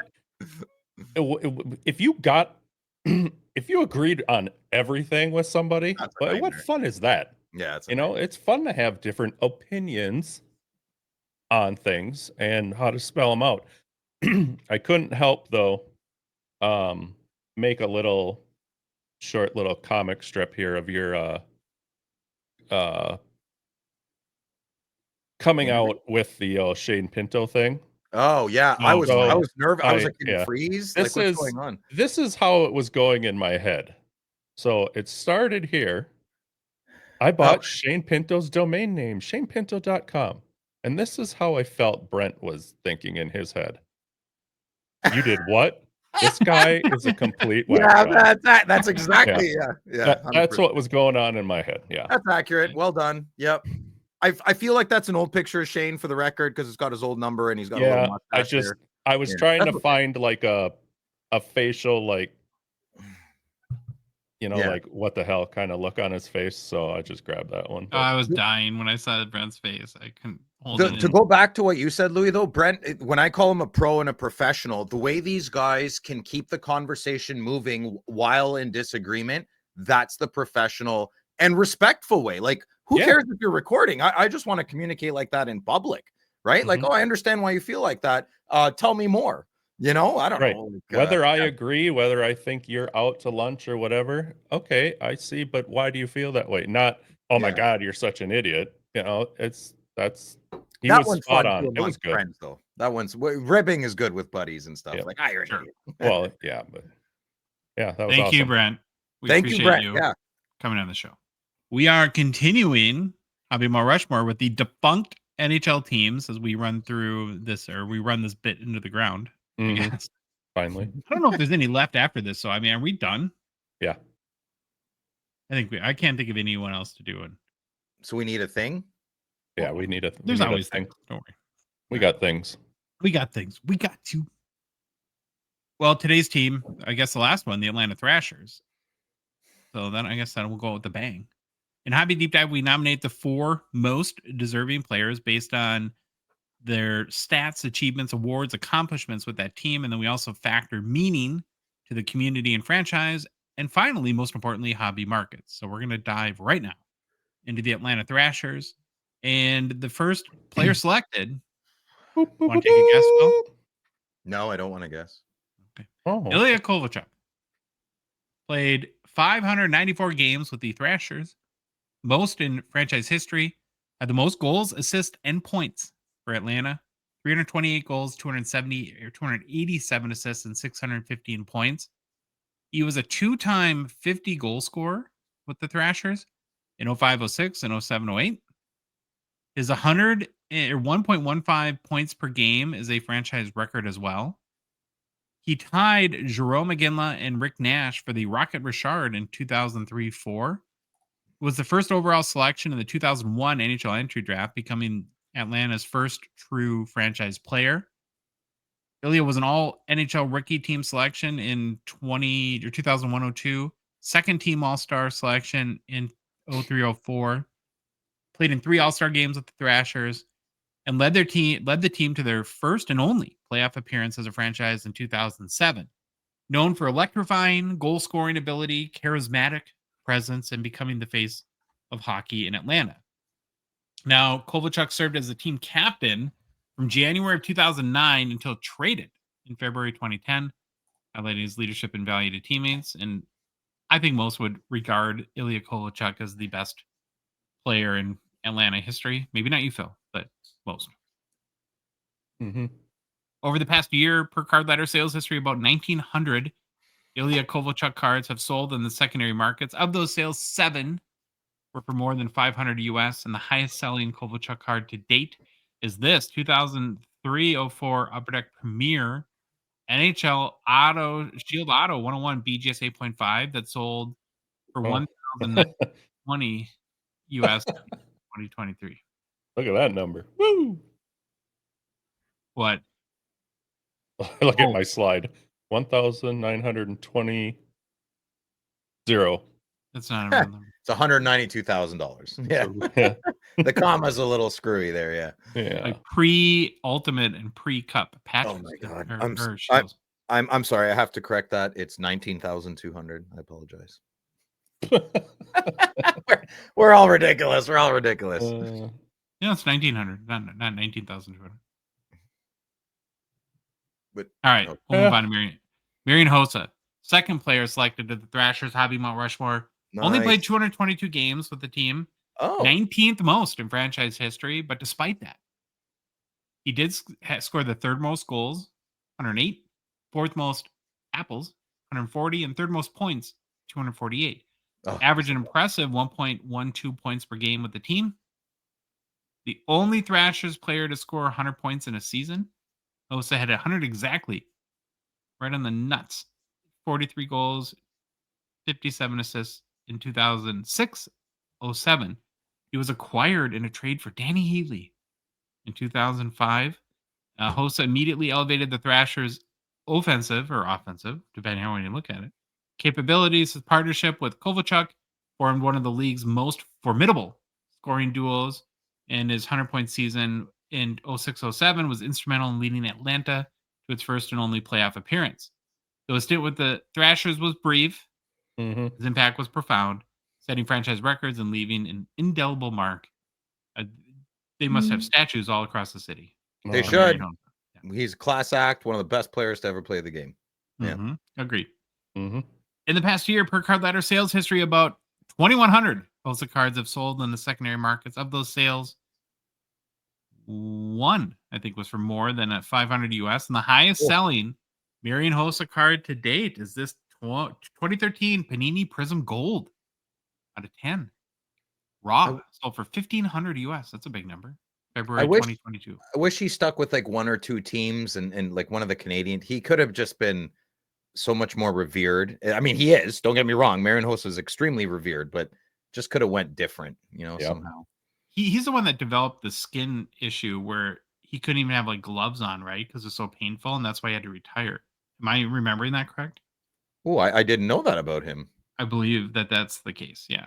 So, I mean, his career was cut short too. Oh wait, I was eczema or something. No kidding.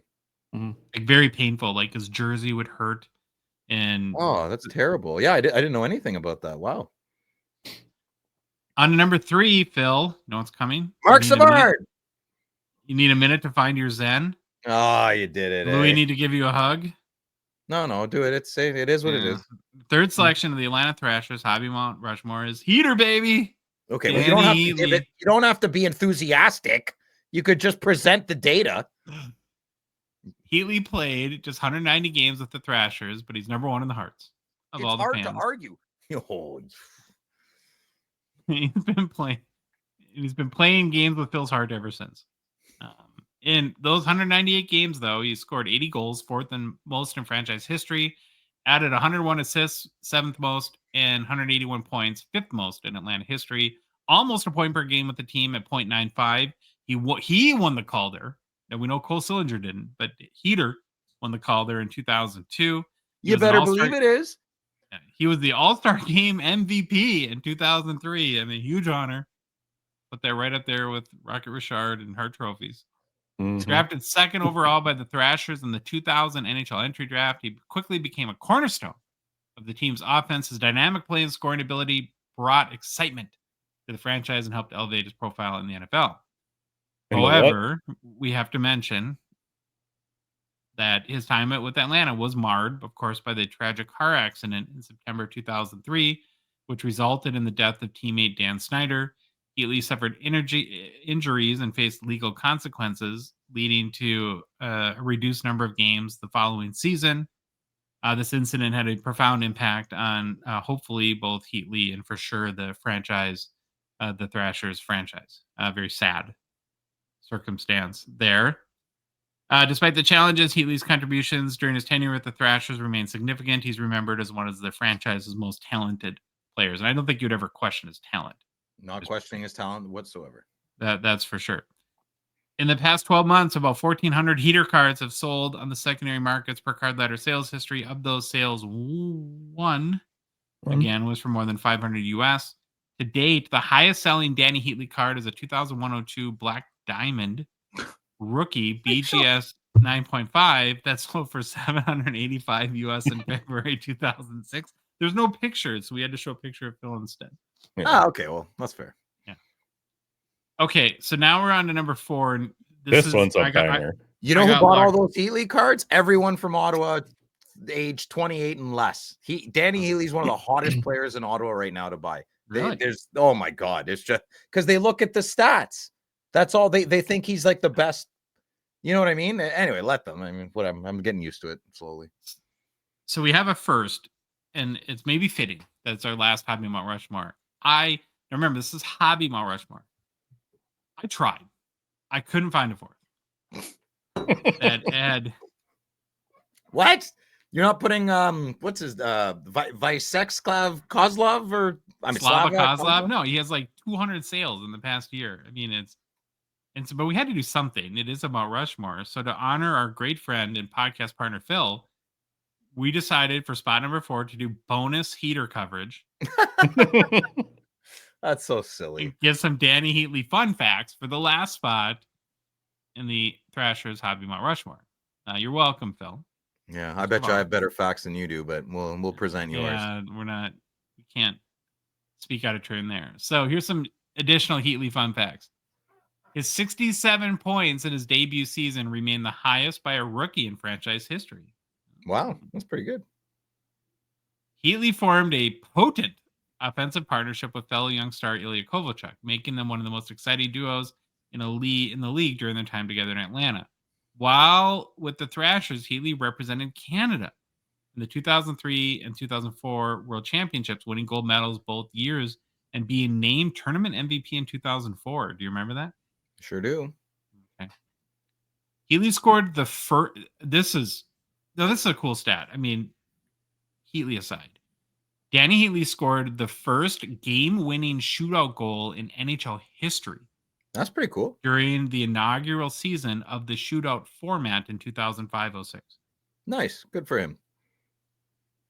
Heatley was initially selected as the cover athlete for EA Sports NHL 2004 video game.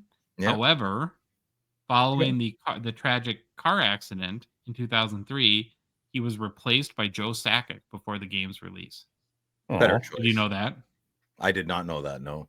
And usually, isn't like if you're the cover of a game, you have a bad next year or something, you know? Yeah, it occurs. But, when those games, I don't know.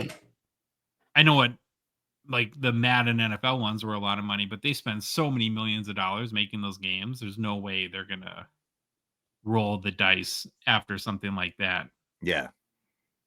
Heatley reached 100 career points quicker than any other player in Thrashers history, achieving the milestone in just his second NHL season in 2002-03. That's awesome. Are you ready for this nightmare to be over yet, Phil? No, keep going. I'm good. I'm resilient. I'm done. All right. I did have a couple snubs. There's just no hobby market for anyone else. That's why. But Slava Kozlov, you've already mentioned him, Phil, would be one, and then the other one would be Mark Savard. Oh, you actually had that ready. Yeah, I only said Mark Savard because he's from Ottawa. Oh, really? I didn't know if he played well in there. Yeah, I mean, he's good. They weren't a franchise very long, and they weren't very good very often. So, yeah. I don't know much about Kozlov either. It's the other Kozlov that I always get confused with this one. Victor Kozlov? Yeah. Well, it's like Vyacheslav Kozlov. Yeah, I know. I can't say it. I want to say it, but I can't. So rest in peace, Hobby Mount Rushmore. We went out with a heater. Yeah. I'd call it a stinker, but you can call it a heater. Stinky heater. New product releases brought to you by our friends and partners at Mint Inc. If you live in the Toronto area, Mint Inc. has 2 amazing locations to serve all of your hobby needs and desires. From boxes to singles, memorabilia, Legos, grading submissions, consignment, breaks after dark, they have it all. Be sure to hit up their Vaughan or Davenport locations or both. Why not swing by both? Make a day of it, right? And remember, Saturday night during the expo, the Mint Inc., the big Mint Inc. trade night will be the place to be at. We'll be there. Phil will be mucking it up. Yeah. Tons and tons of people. It supports a great cause, the Mackenzie Health Foundation. So it's awesome that Mint Ink is, wrapping some charity into this as well. It's right at the International Center, so you just mosey on over at the end of the show. And if you're not going to be in Toronto, no worries. You can get the complete Mint Ink experience anywhere in Canada at mintink.ca. And Louis, speaking of shipping anywhere in Canada, Coffee break. you remember Phil, right? Like the hand talker guy? This guy? Yeah. Oh, hairy hands? Yeah. Yeah. So the other day, I'm walking the dog and I check the mail and I have a letter in the mail and I see it's from Phil. And I open it up and I'm like, who writes a letter? But it's kind of cool, right? It's just kind of odd. I mean, he could call me, right? We could text, but he apparently wanted to write a letter. And he kind of gets into it right away. He's like, he just felt that he needed to get something off his chest that he wasn't comfortable telling me over the phone. Something's really been kind of bothering him. Shocker. So he does the show with us, right? Yeah, And we spend a lot of time, of course, like we are now. We're all kind of staring at each other on the screens. Well, apparently, a couple months ago, he said he had a realization that I'm significantly better looking than he is. And I guess it's really bumming him out. It's hurting his self-esteem. Now, he doesn't mean it in like a way that he wants to like be with me. He just feels that I'm so good looking that it makes him, hurts how he feels about himself. Yeah, we had that same conversation, and all he could tell me was, It's hard to argue. so, Well, it's super sad. I mean, I feel for the guy. Mhm. So, and then he kind of goes on to say in this letter, it was like 10 pages. It was crazy, like handwritten too, that his girlfriend was watching some of our Instagram clips the other night. And the whole time, like he's thinking to himself while she's watching, because she's smiling, enjoying it. He's like, I bet she's comparing how ridiculously good looking Josh is to me, and she's not going to like me as much anymore. She doesn't And like office guys. What can I do though, Louis? I don't know how to look less handsome, right? So I want to help him, but I don't know what to do. And so he goes on to tell me that he found a place he can go for help. We'll call it like an affirmation camp or something like that. He can go work on his self-esteem, be more comfortable.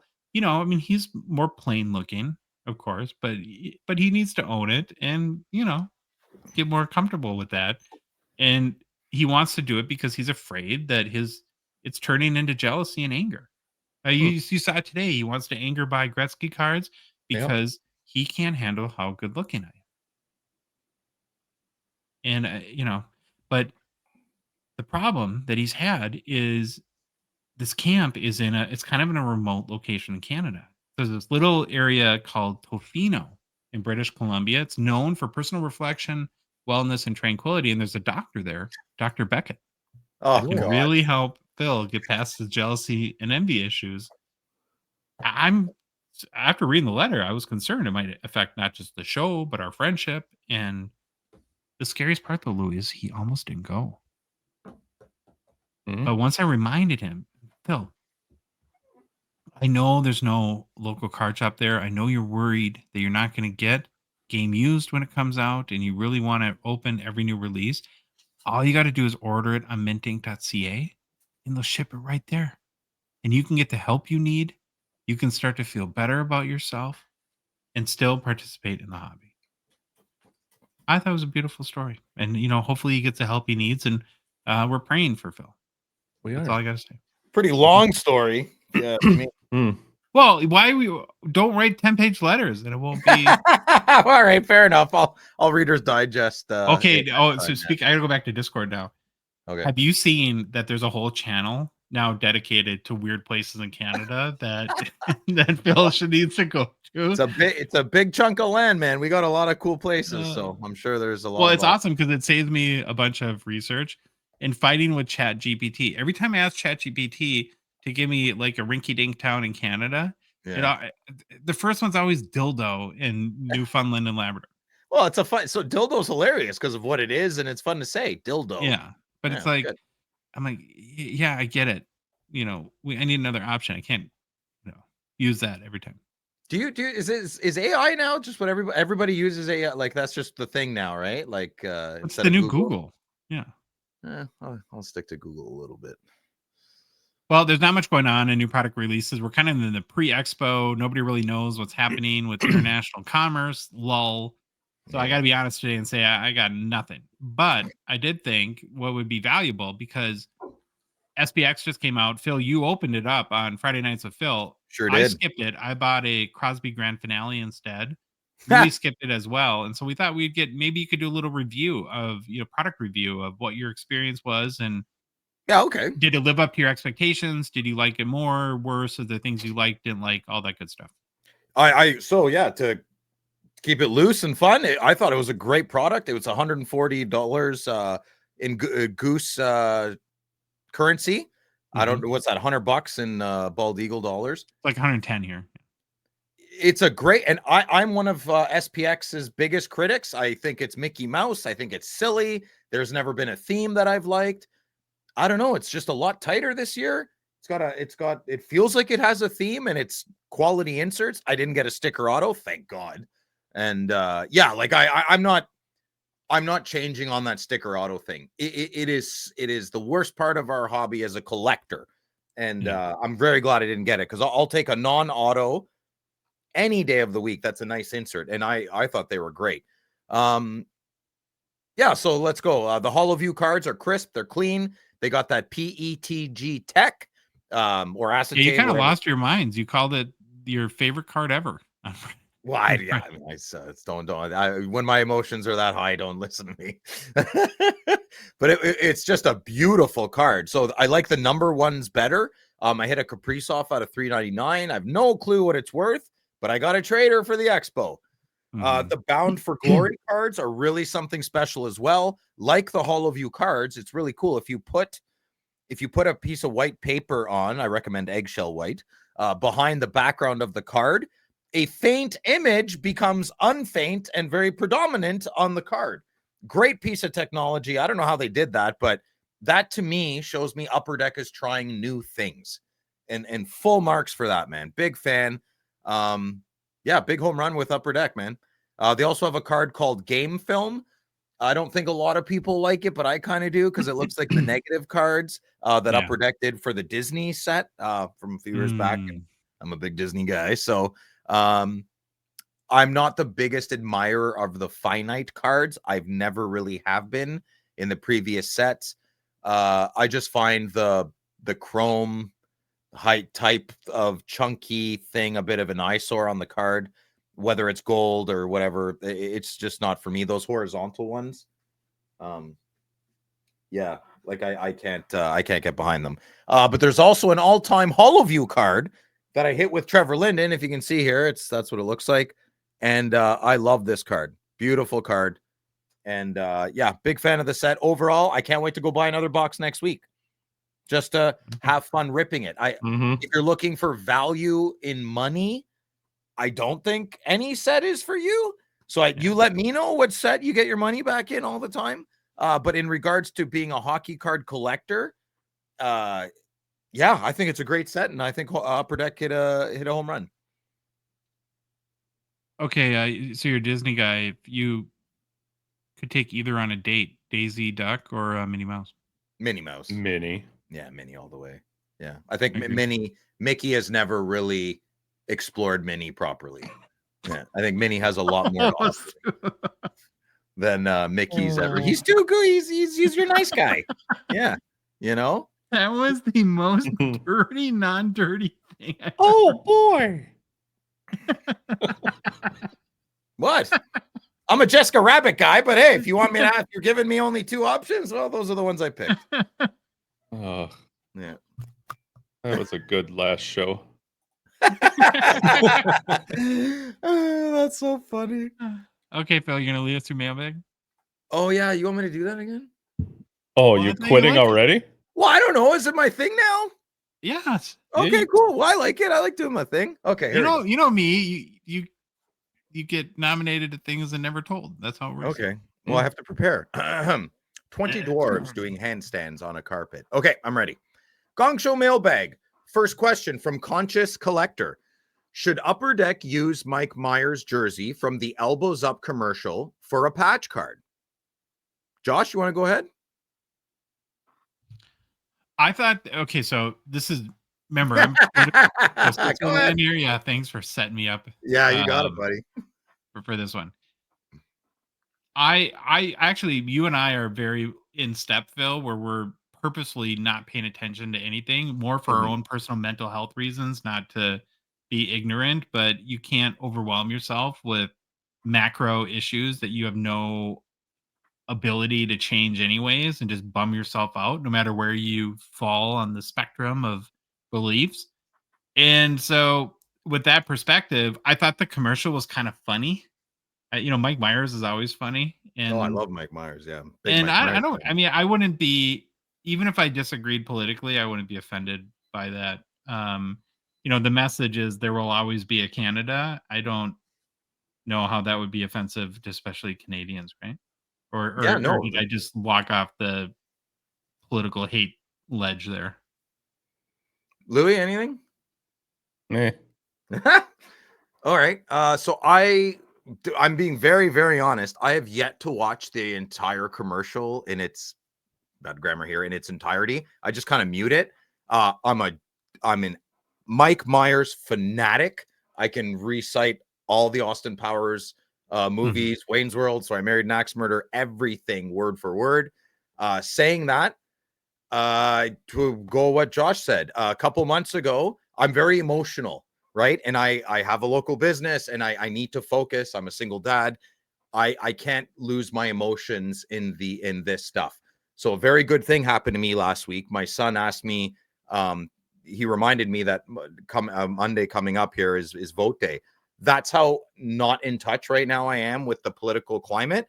And I know that sounds silly, coming from a 44-year-old man where I should be informed. I'll be very honest. I've never not voted liberal in my entire life, and it's never made a difference. So I'm stepping out of this for my mental health reasons because I get too emotional. And I do have a local business, and I meet residents 20 times a day, new people. I have a lot to say, and I think the best thing to do is take myself out of the conversation. So I have not seen the entire commercial.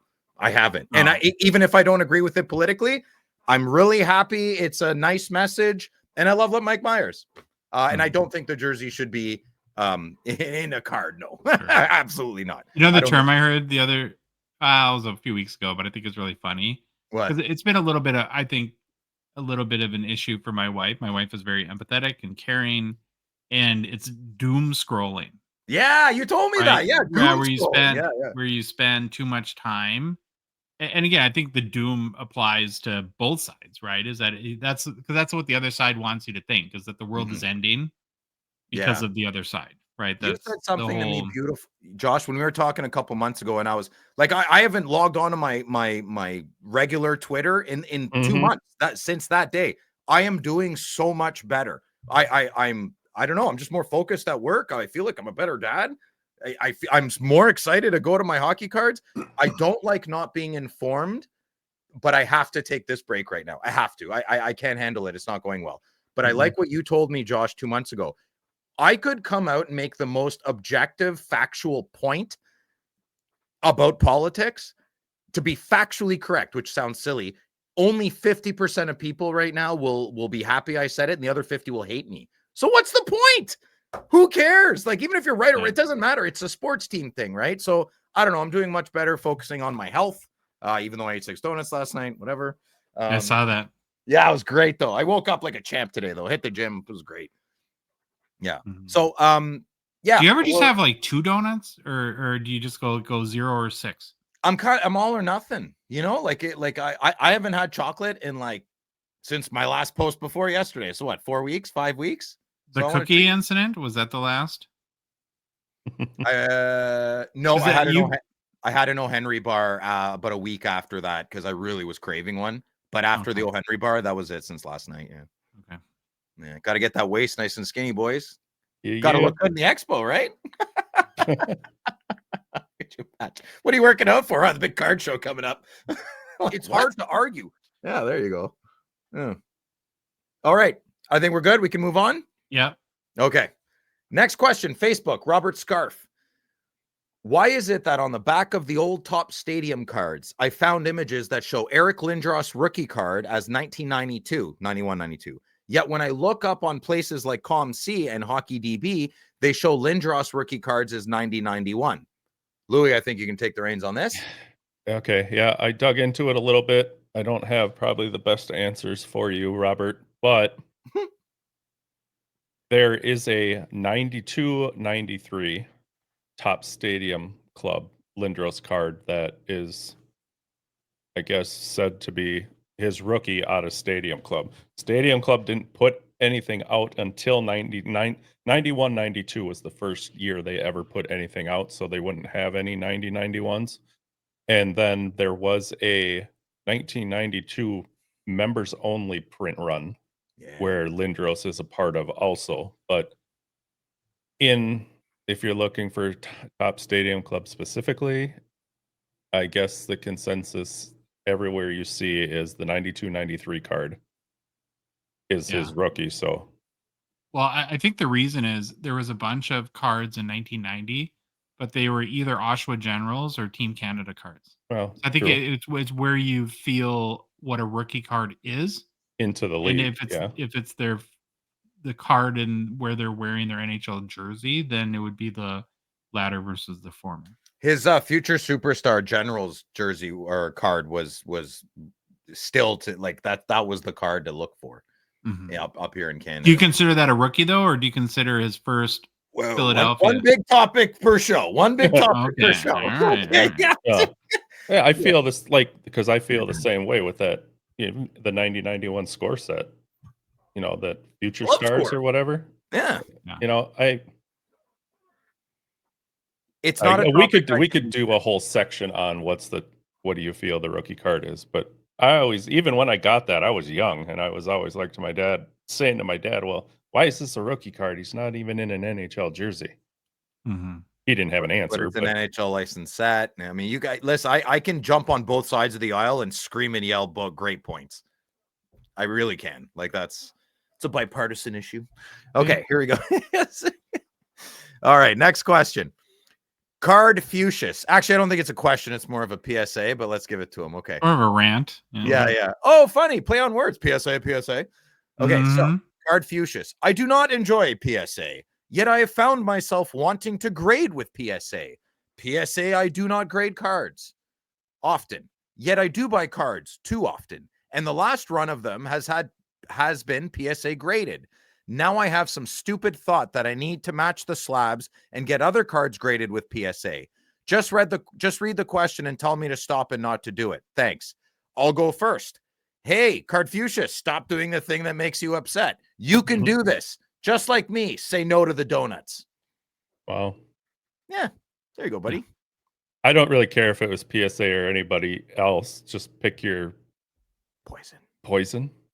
But I would I don't know if it's ADD. I don't know if it's ADD or whatever, but having all sorts of different slabs drives me nuts. So if I was to start grading and pick somebody, I would probably end up staying with the same, because if they didn't all look the same, I would go nuts. Yeah, I read this more about the need for uniformity, and it's just beyond slabs. We've all talked about we're the top loader binder gang, of course. Yeah. And then now, what do you do about one touches? Like, I was staring at this. Phil, did I tell you I got this card? I'm gonna bet on that card. Don't bring that to the expo. But I feel like it's too nice. Like, you guys have said this too. It's too nice to get it out of the one touch, but I wanted my top loader binder. Yeah, that's good. Now you have my problem. I've been staring at the same layout on my table for 3 days. I don't know why don't you have it in your top loader binder. You have because top loaders are crap for they're not clear. It's remember, it's that PVC pipe. It's poopy. Well, I have way more valuable cards than this. He's got his Kaprizov acetate whatever in the freaking top loader binder. I have like a $75 card, and I'm like, I don't want to take this out of a one touch and put it in a top loader binder, but you should have. Once it's in there, it's fine. It's just the process that gives me anxiety. Why can't somebody make a top loader that's bad, that's gooder than the other poopy one? Get on it. Yeah, well, I don't know. I'm not a Be part of the plastic solution, expert. not part of the problem, Phil. Yeah. Ah, ghetto. Your problems to solutions, just like my ex-girlfriends. Okay, here we go. Next question. Jesus. JT, Interventions. JT59. Any ideas on the print runs of all the Young Gun parallels that aren't numbered? Base, outburst, silvers, clear cuts, acetates, canvas, and canvas black and whites. I didn't answer this. Josh, you want to start? Yeah, I have a huge pro tip that is actually useful for once on this show. Okay. It has to be the recent releases, but for some reason, Upper Deck puts all the odds to everything on EPAC. So all this stuff, well, we know we never disclosed that. Like, I don't know if it's a legal reason. It has to be a legal reason. But like Young Guns acetate, the odds are on EPAC. Interesting. So like for the checklist site, I've been pulling those odds off of EPAC to add to the site. So what are the acetate print runs? 25? It just says like, I think it's like 1 in 9,000 something pack odds. Oh, we need a mathematician to tell us the odds. Well, that those are the odds, but it doesn't tell you the print run because you need one more data point to triangulate. I think that's a science word. Can you figure that out to triangulate the like we're driving a boat, right? I used to watch the show called The Last Ship, and they had protractors, and they would try to triangulate the bad guys. Speaking of science, this is another like my 45th non sequitur already in mailbag. I can't stop watching the direwolves. Oh yeah, they're cute, eh? Yeah. Oh, God knows what else they're 12,000, an animal that hasn't lived for 12,000 years. Yeah, dodo bird's next up. The dodo bird's next. Mammoth too. The woolly yeah, mammoth. they're doing the dodo first, though. I think. Yeah, it's pretty cool. What time are we living in right now? It's a wicked time. Yeah. That's did you see how they brought the direwolves to Peter Jackson's house where he has he cried. Game of Thrones? He cried. But they put him on the Game of Thrones throne. Have you seen that picture? Yeah. Josh, I sent you everything you're talking about. I saw it. Pretty sure.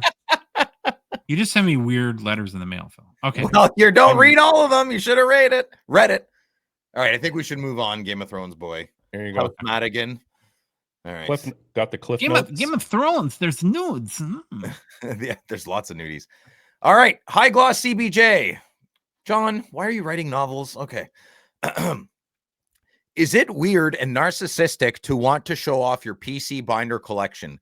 Looking through my top loader binder brings me joy, and really the only person I show it to is my girlfriend, who is very supportive. That's awesome, dude, and tries to act excited, but I know her every card looks the same, or her looks. Okay, I get it. She knows the importance of high gloss or other rare cards, but it's not the same. Imagine a world where collectors could proudly share their personal collection binders without fear of judgment. Instead of trade nights, or as part of trade nights, we could have show off your PC binder nights where enthusiasts gather to admire and discuss their collections. I feel weird about it. Not even bringing a PC binder to a show like the Expo seems like a weird thing to do, but I'd love to be able to carry it around and show it to friends and dealers and see what they collect. What are your thoughts? I'll go first.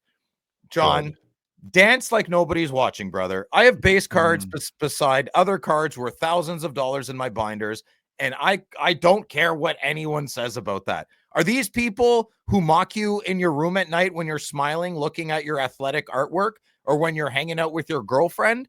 Probably not. Screw them. Who cares? The bold and beautiful are winning right now amongst a sea of nervous people. You do you, brother, and I promise life will get good. Be the hobbyist you want to meet, John. Join our Discord. I know you're in the Discord, so hang out there more. Don't let those people upset you, man. They're not builders. Build your top loader binder, and the right people will come around to look at it. John's amazing. John, don't be, as long as you're doing it for the right reasons, and I know John is, right? Yeah, there's some people that shove their cards in your face to flex, which is very transparent, by the way. Yeah. I'll look at your top loader, John. Oh, I would love to. Yeah, he's got some. He's a collector's collector. Yeah, John, you're right. John, you're in the right spot. Just massage it. Right. We're not talking about Minnie Mouse again, are we? Okay. It's a you know what I meant. It's a good word to use in that situation. I got a little package. Oh, yeah. I just basically said, what, 2 weekends ago, you and I did a whole top loader binder reorg at the kitchen Yeah, it was table at fun. your house. And once we got that all done, it was like, I'll show you mine if you show me yours. Oh boy. It just I was flipped. going to say it was snack time, but I guess we're both right. No, but we ended up flipping through top loader binders, and I think it did me worse because I ended up seeing brands of cards in his that I was like, I wonder if there's a Madonna or a Brodeur, like this one. And sure enough, there were. So I ended up falling into I got to have this card because it looks cool. But you can learn a lot. You can see other cards that you didn't even think really existed, until you go through somebody else's kind of collection and see what there is. Yeah, window It's shop. fun. Yeah. Yeah. All right. Next question. Henry P. Oh, sorry. Oh, that's okay.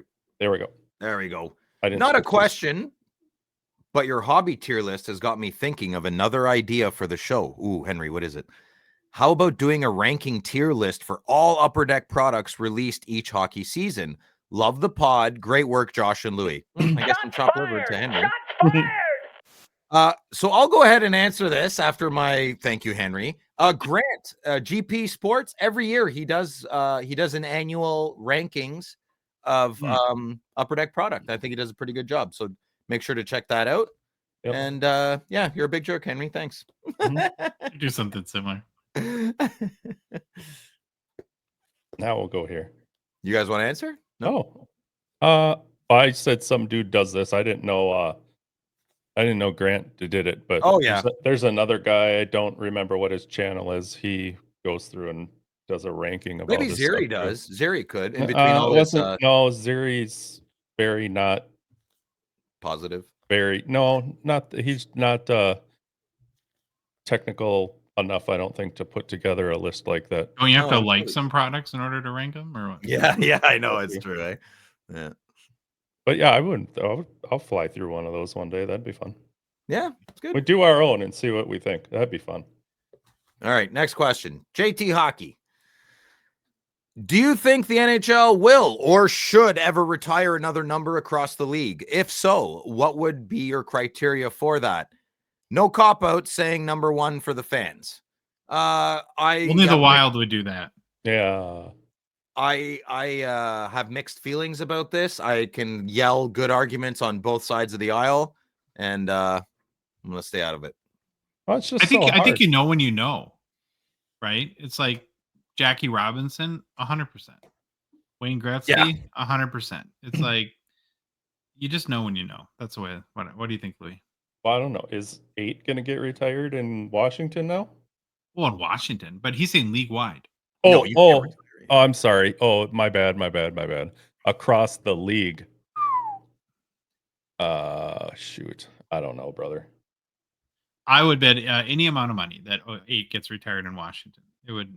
Yeah. To murder. Oh, of millions course. of people for that not to happen. Of course. Yes, I read the question. I wasn't thinking league wide.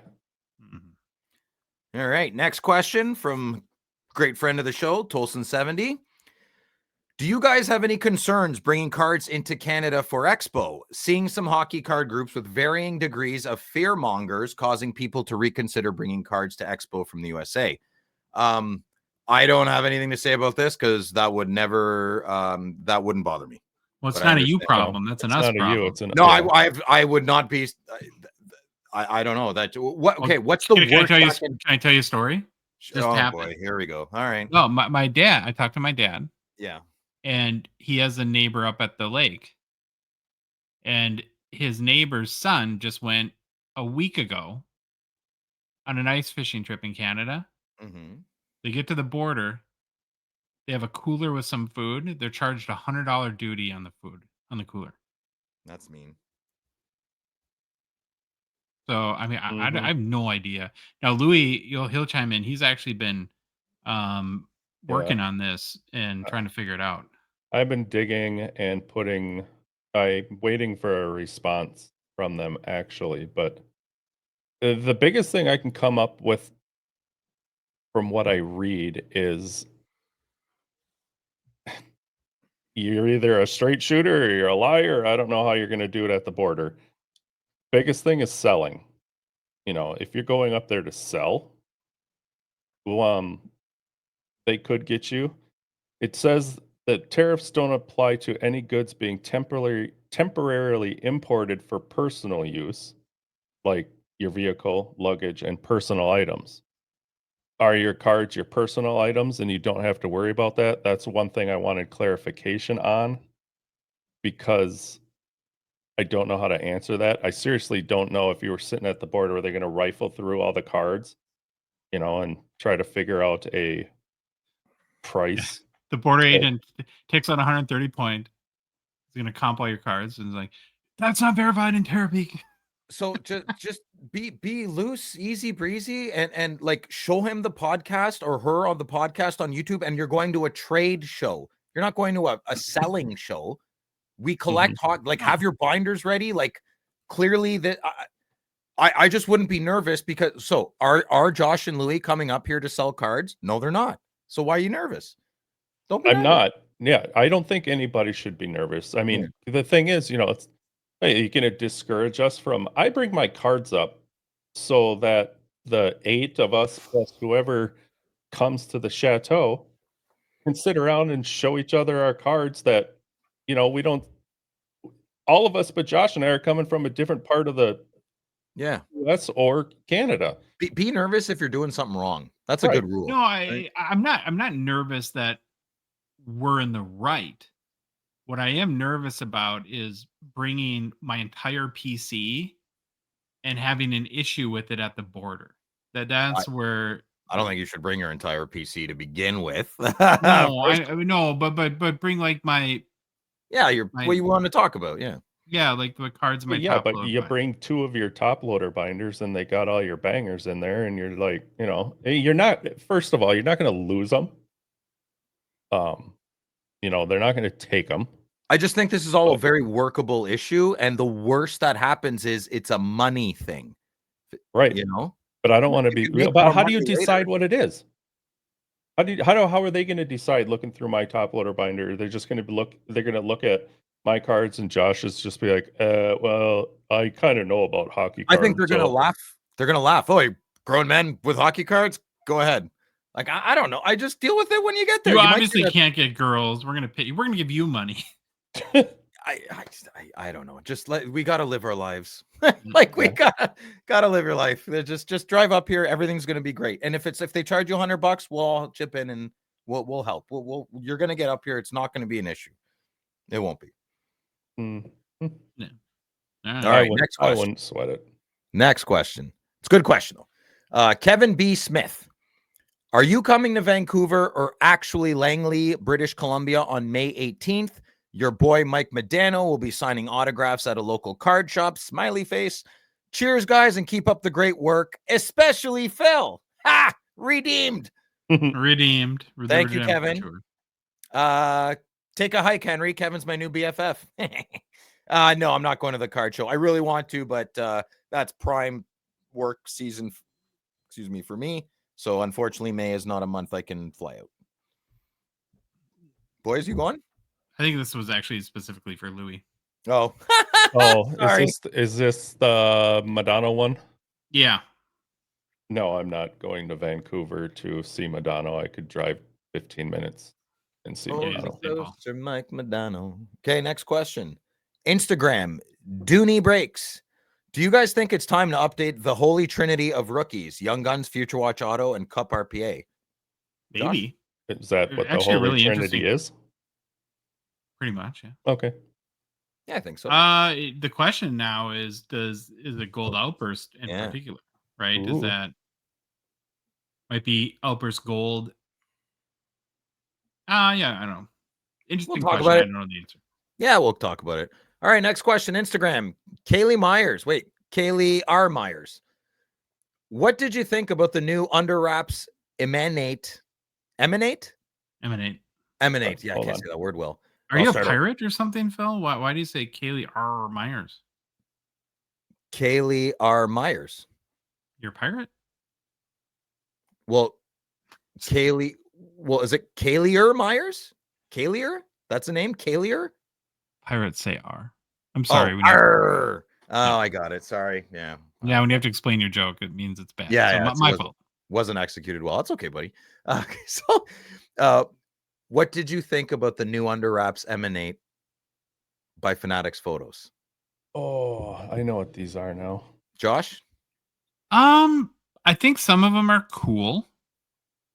I'm just not personally sold on collecting 8x10 sports cards, basically. Because I mean, it's kind of like a 8x10 photo and a sports card had a baby. It feels a little bit like another middle finger from Fanatics to Upper Deck because they're very sports cardsy. Yeah, that's what it is, But- man, of course. but they're huge and I don't- Nibbling at the heels. Nibbling at the heels. Hi, we're here. That's what I well, think. here's the thing. It's like as a photograph, framed on your wall, it would look nice. Do I get the specialness of the 1 out of 5 parallel? No. Yeah, I think that's kind of dumb. Yeah, I think they're excellent photographs as well, Josh. And I think the marketing was the best thing out of all this. But personally, I would rather one of those Upper Deck Hall of Fame plaques that go for a few hundred or almost 1,000. To me, that would be way more special than those Under Wraps E-word. I don't say very well. Have you ever had the desire to open up a monumental box? No. Panini I Select? said they're like 5,000 this year or something like that. Yeah, I'm not interested in that. No, not really. Okay, Facebook. Robert Kenny. After that huge Dylan Gunther 1-of-1 Shield sale, maybe a hobby deep dive on him upcoming. Oh, and the Barbershop Quartet song about Phil eating 29.5 cookies should get a Grammy nomination. I disagree with you, Robert, but Robert honestly couldn't stop laughing. Sorry, Phil. Never apologize for giving. I dish it out well, brother. If I don't make fun of you, I probably don't like you. So always come at me. Yeah, absolutely. That's my love language. Good job, Robert. I'm glad you like the song.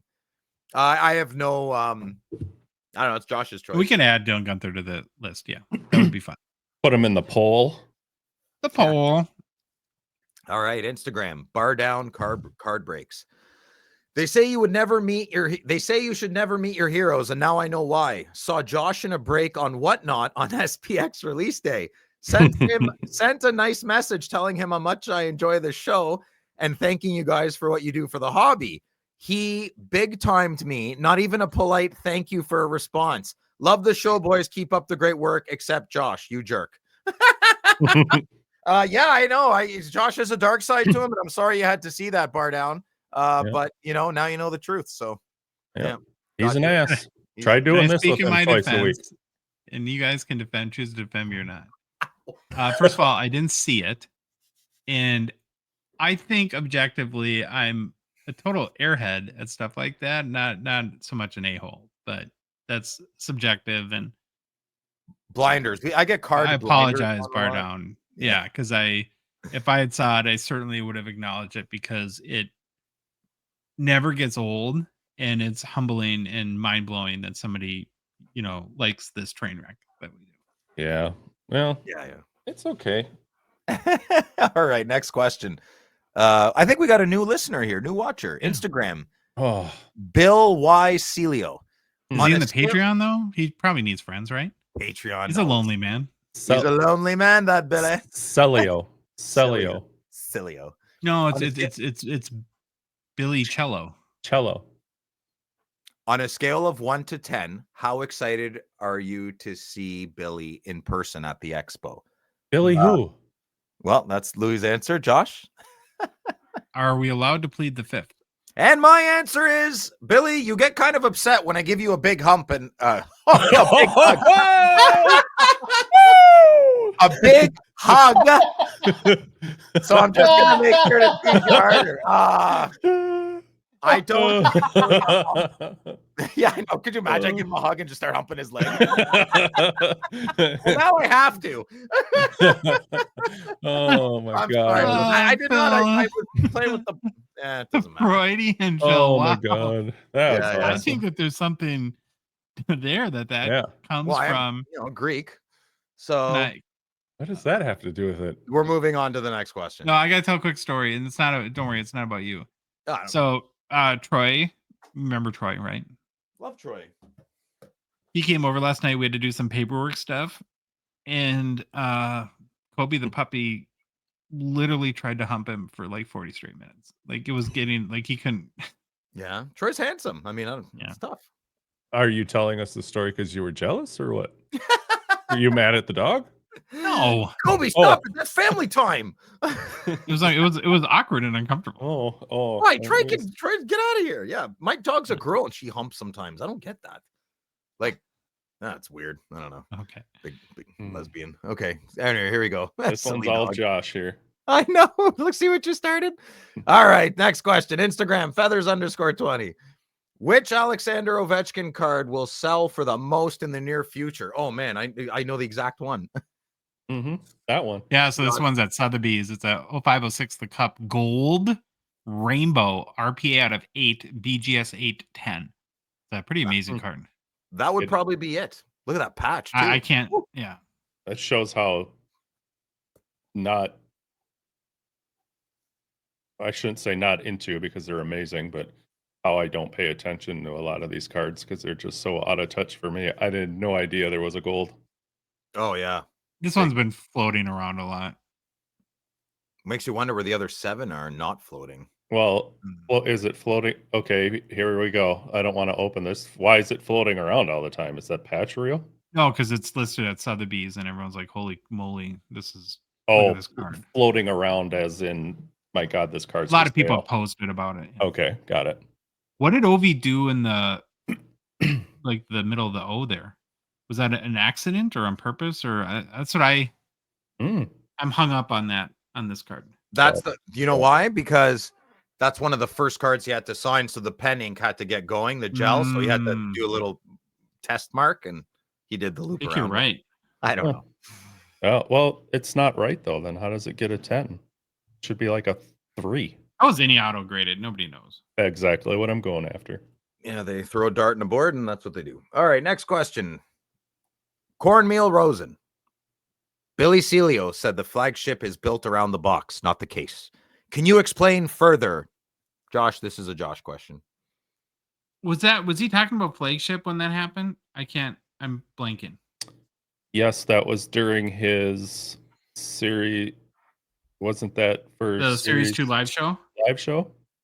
Maybe. Yeah, so sometimes like they build a product around a case, like where the idea maybe is you can complete the base set or get every Young Guns in a case. And I think with what he was saying is that there's not case hits in series 2 where like you get only like one of these cards per case or one every X amount of cases. But Cornmeal, that'd be a great question. I'm sure we'll do a live with Billy again. That would be another great question to ask him then. Yes. All right. Is that that's it? our questions. That's yeah, it. those are our questions. We And I know. think Good questions. take over the ship there, Captain. That was pretty zany. Good job. It Phil. was. Phil, anything to share? Well, actually, you do. You just did a huge mail day video that we released yesterday on YouTube of all your personal pickups, right? Yes, if you'd like to see my personal pickups, check out the Gongshow YouTube channel. I got one of your personal pickups right here. Damn it, Louis. Oh yeah, I guess you do every week. So Louis is my card mule, so he can have all my personal pickups. Yeah. Did you? I like this one though. I get? still haven't got my Nico Heischer one, but this is your my Cosmic. your Cosmic My Brady. Brady. Yeah. Mm-hmm. I'm still Space. waiting for I the love Nico. space. Universe. Now we move on to Louis, who for the past 3 Yeah. months has not been spending any money to save for the expo, but yet buys cards every 4 months. Balls deep. I'm coming to Canada with no money. So after doing that whole flipping scoring Kings Gretzky thing You bought one? for Slab Sharks there, I bought one. And Pretty card. but then I started putzing around a little bit. He's a Well, butcher. all of a sudden I ended up with an Ovechkin and a Crosby somehow. Why does Nice. Ovechkin get lightning bolts, but Wayne doesn't? I don't know. Maybe No, you Because just he's can't the see goal him in scoring. picture. Because he I is think the it's the way the scoring king. picture was taken. Yeah. I'm really struggling with the oops, I crap my pants look on Crosby's face in this card though. Yeah. Little poopy pants there, eh? But whatever. Nonetheless, I had to buy it. Most of his cards are pretty good. Yeah. But I don't know. The design on this card just stood out. And it whatever. Yeah, and no, then great. my next one, hell of a price. Somebody's trying to collect this set, and I don't know why they're not paying attention, but I found a Oh, you did it. Yeah, 16 O-Pee-Chee Platinum Retro Rainbow Gold Brodeur. So I don't know. This is going to be a hard one. Do I let my buddy take it from me, or You bought this? I did. Oh, okay. Why would Josh wants this? Because he's collecting the retired players of this set. Don't. He's a card bully. Don't. Wave in his face. Tickle his nose hairs with do it. that for a little bit? Yeah.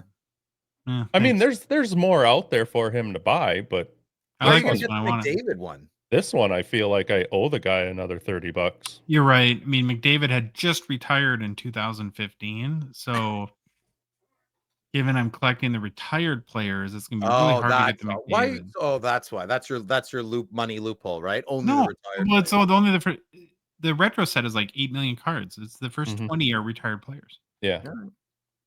Why you are a card snob? No, you're a collecting bully.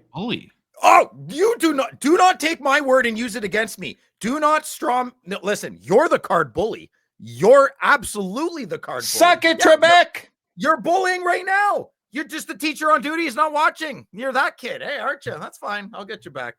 I got a little package. Okay, well, how about here? Take your pick, Josh. You know, instead of calling a bully, you could call him a antagonizer, an intimidator. I will take antagonizer. I'm not a bully. A mean person. Ruffian. When I choose to be, yes. He's a thug. No, never been a thug ever. Bone Thugs in Harmony. Totally good group. Well, yeah. I send you my picture, but I didn't add it to the. Do you got No, mine? I have one picture. Yeah. Okay. Just come see it's there.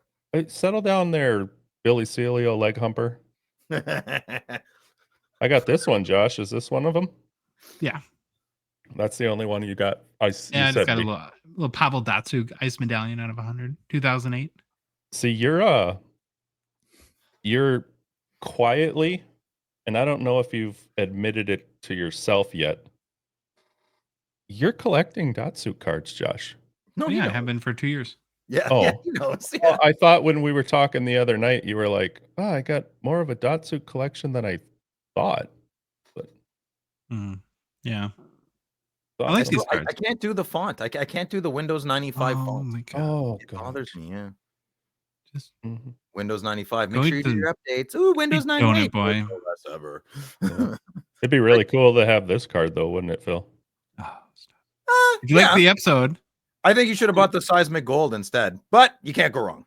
Dude, I only paid $40 for this card. I stand corrected. I would definitely have bought this card instead of the Seismic Gold then, yes. Yeah, it's a little more spending.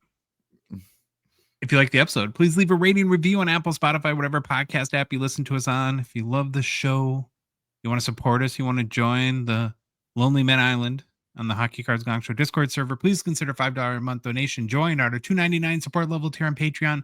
Link is in the show description in both YouTube and the podcast apps, in our Instagram, TikTok profiles, on our website, hockeycardsgongshow.com. You just click on the Become a Patron link or go to Patreon directly by typing in patreon.com in a browser and searching for Hockey Cards Gong Show.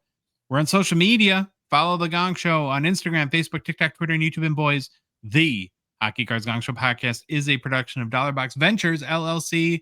Baba Louie, happy birthday to your daughter, and take us away. Happy birthday. Perfect. Bye. Yo, it's the Gong Show. We're dropping the facts. Hockey cards on fire. No holding us back.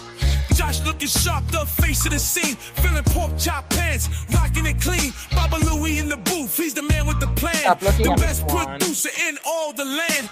Gong Show Nation, let's hit the flow. It's the Hockey Cards Gong Show. Let's go, let's go. Wanna say it on the show. I got a little package.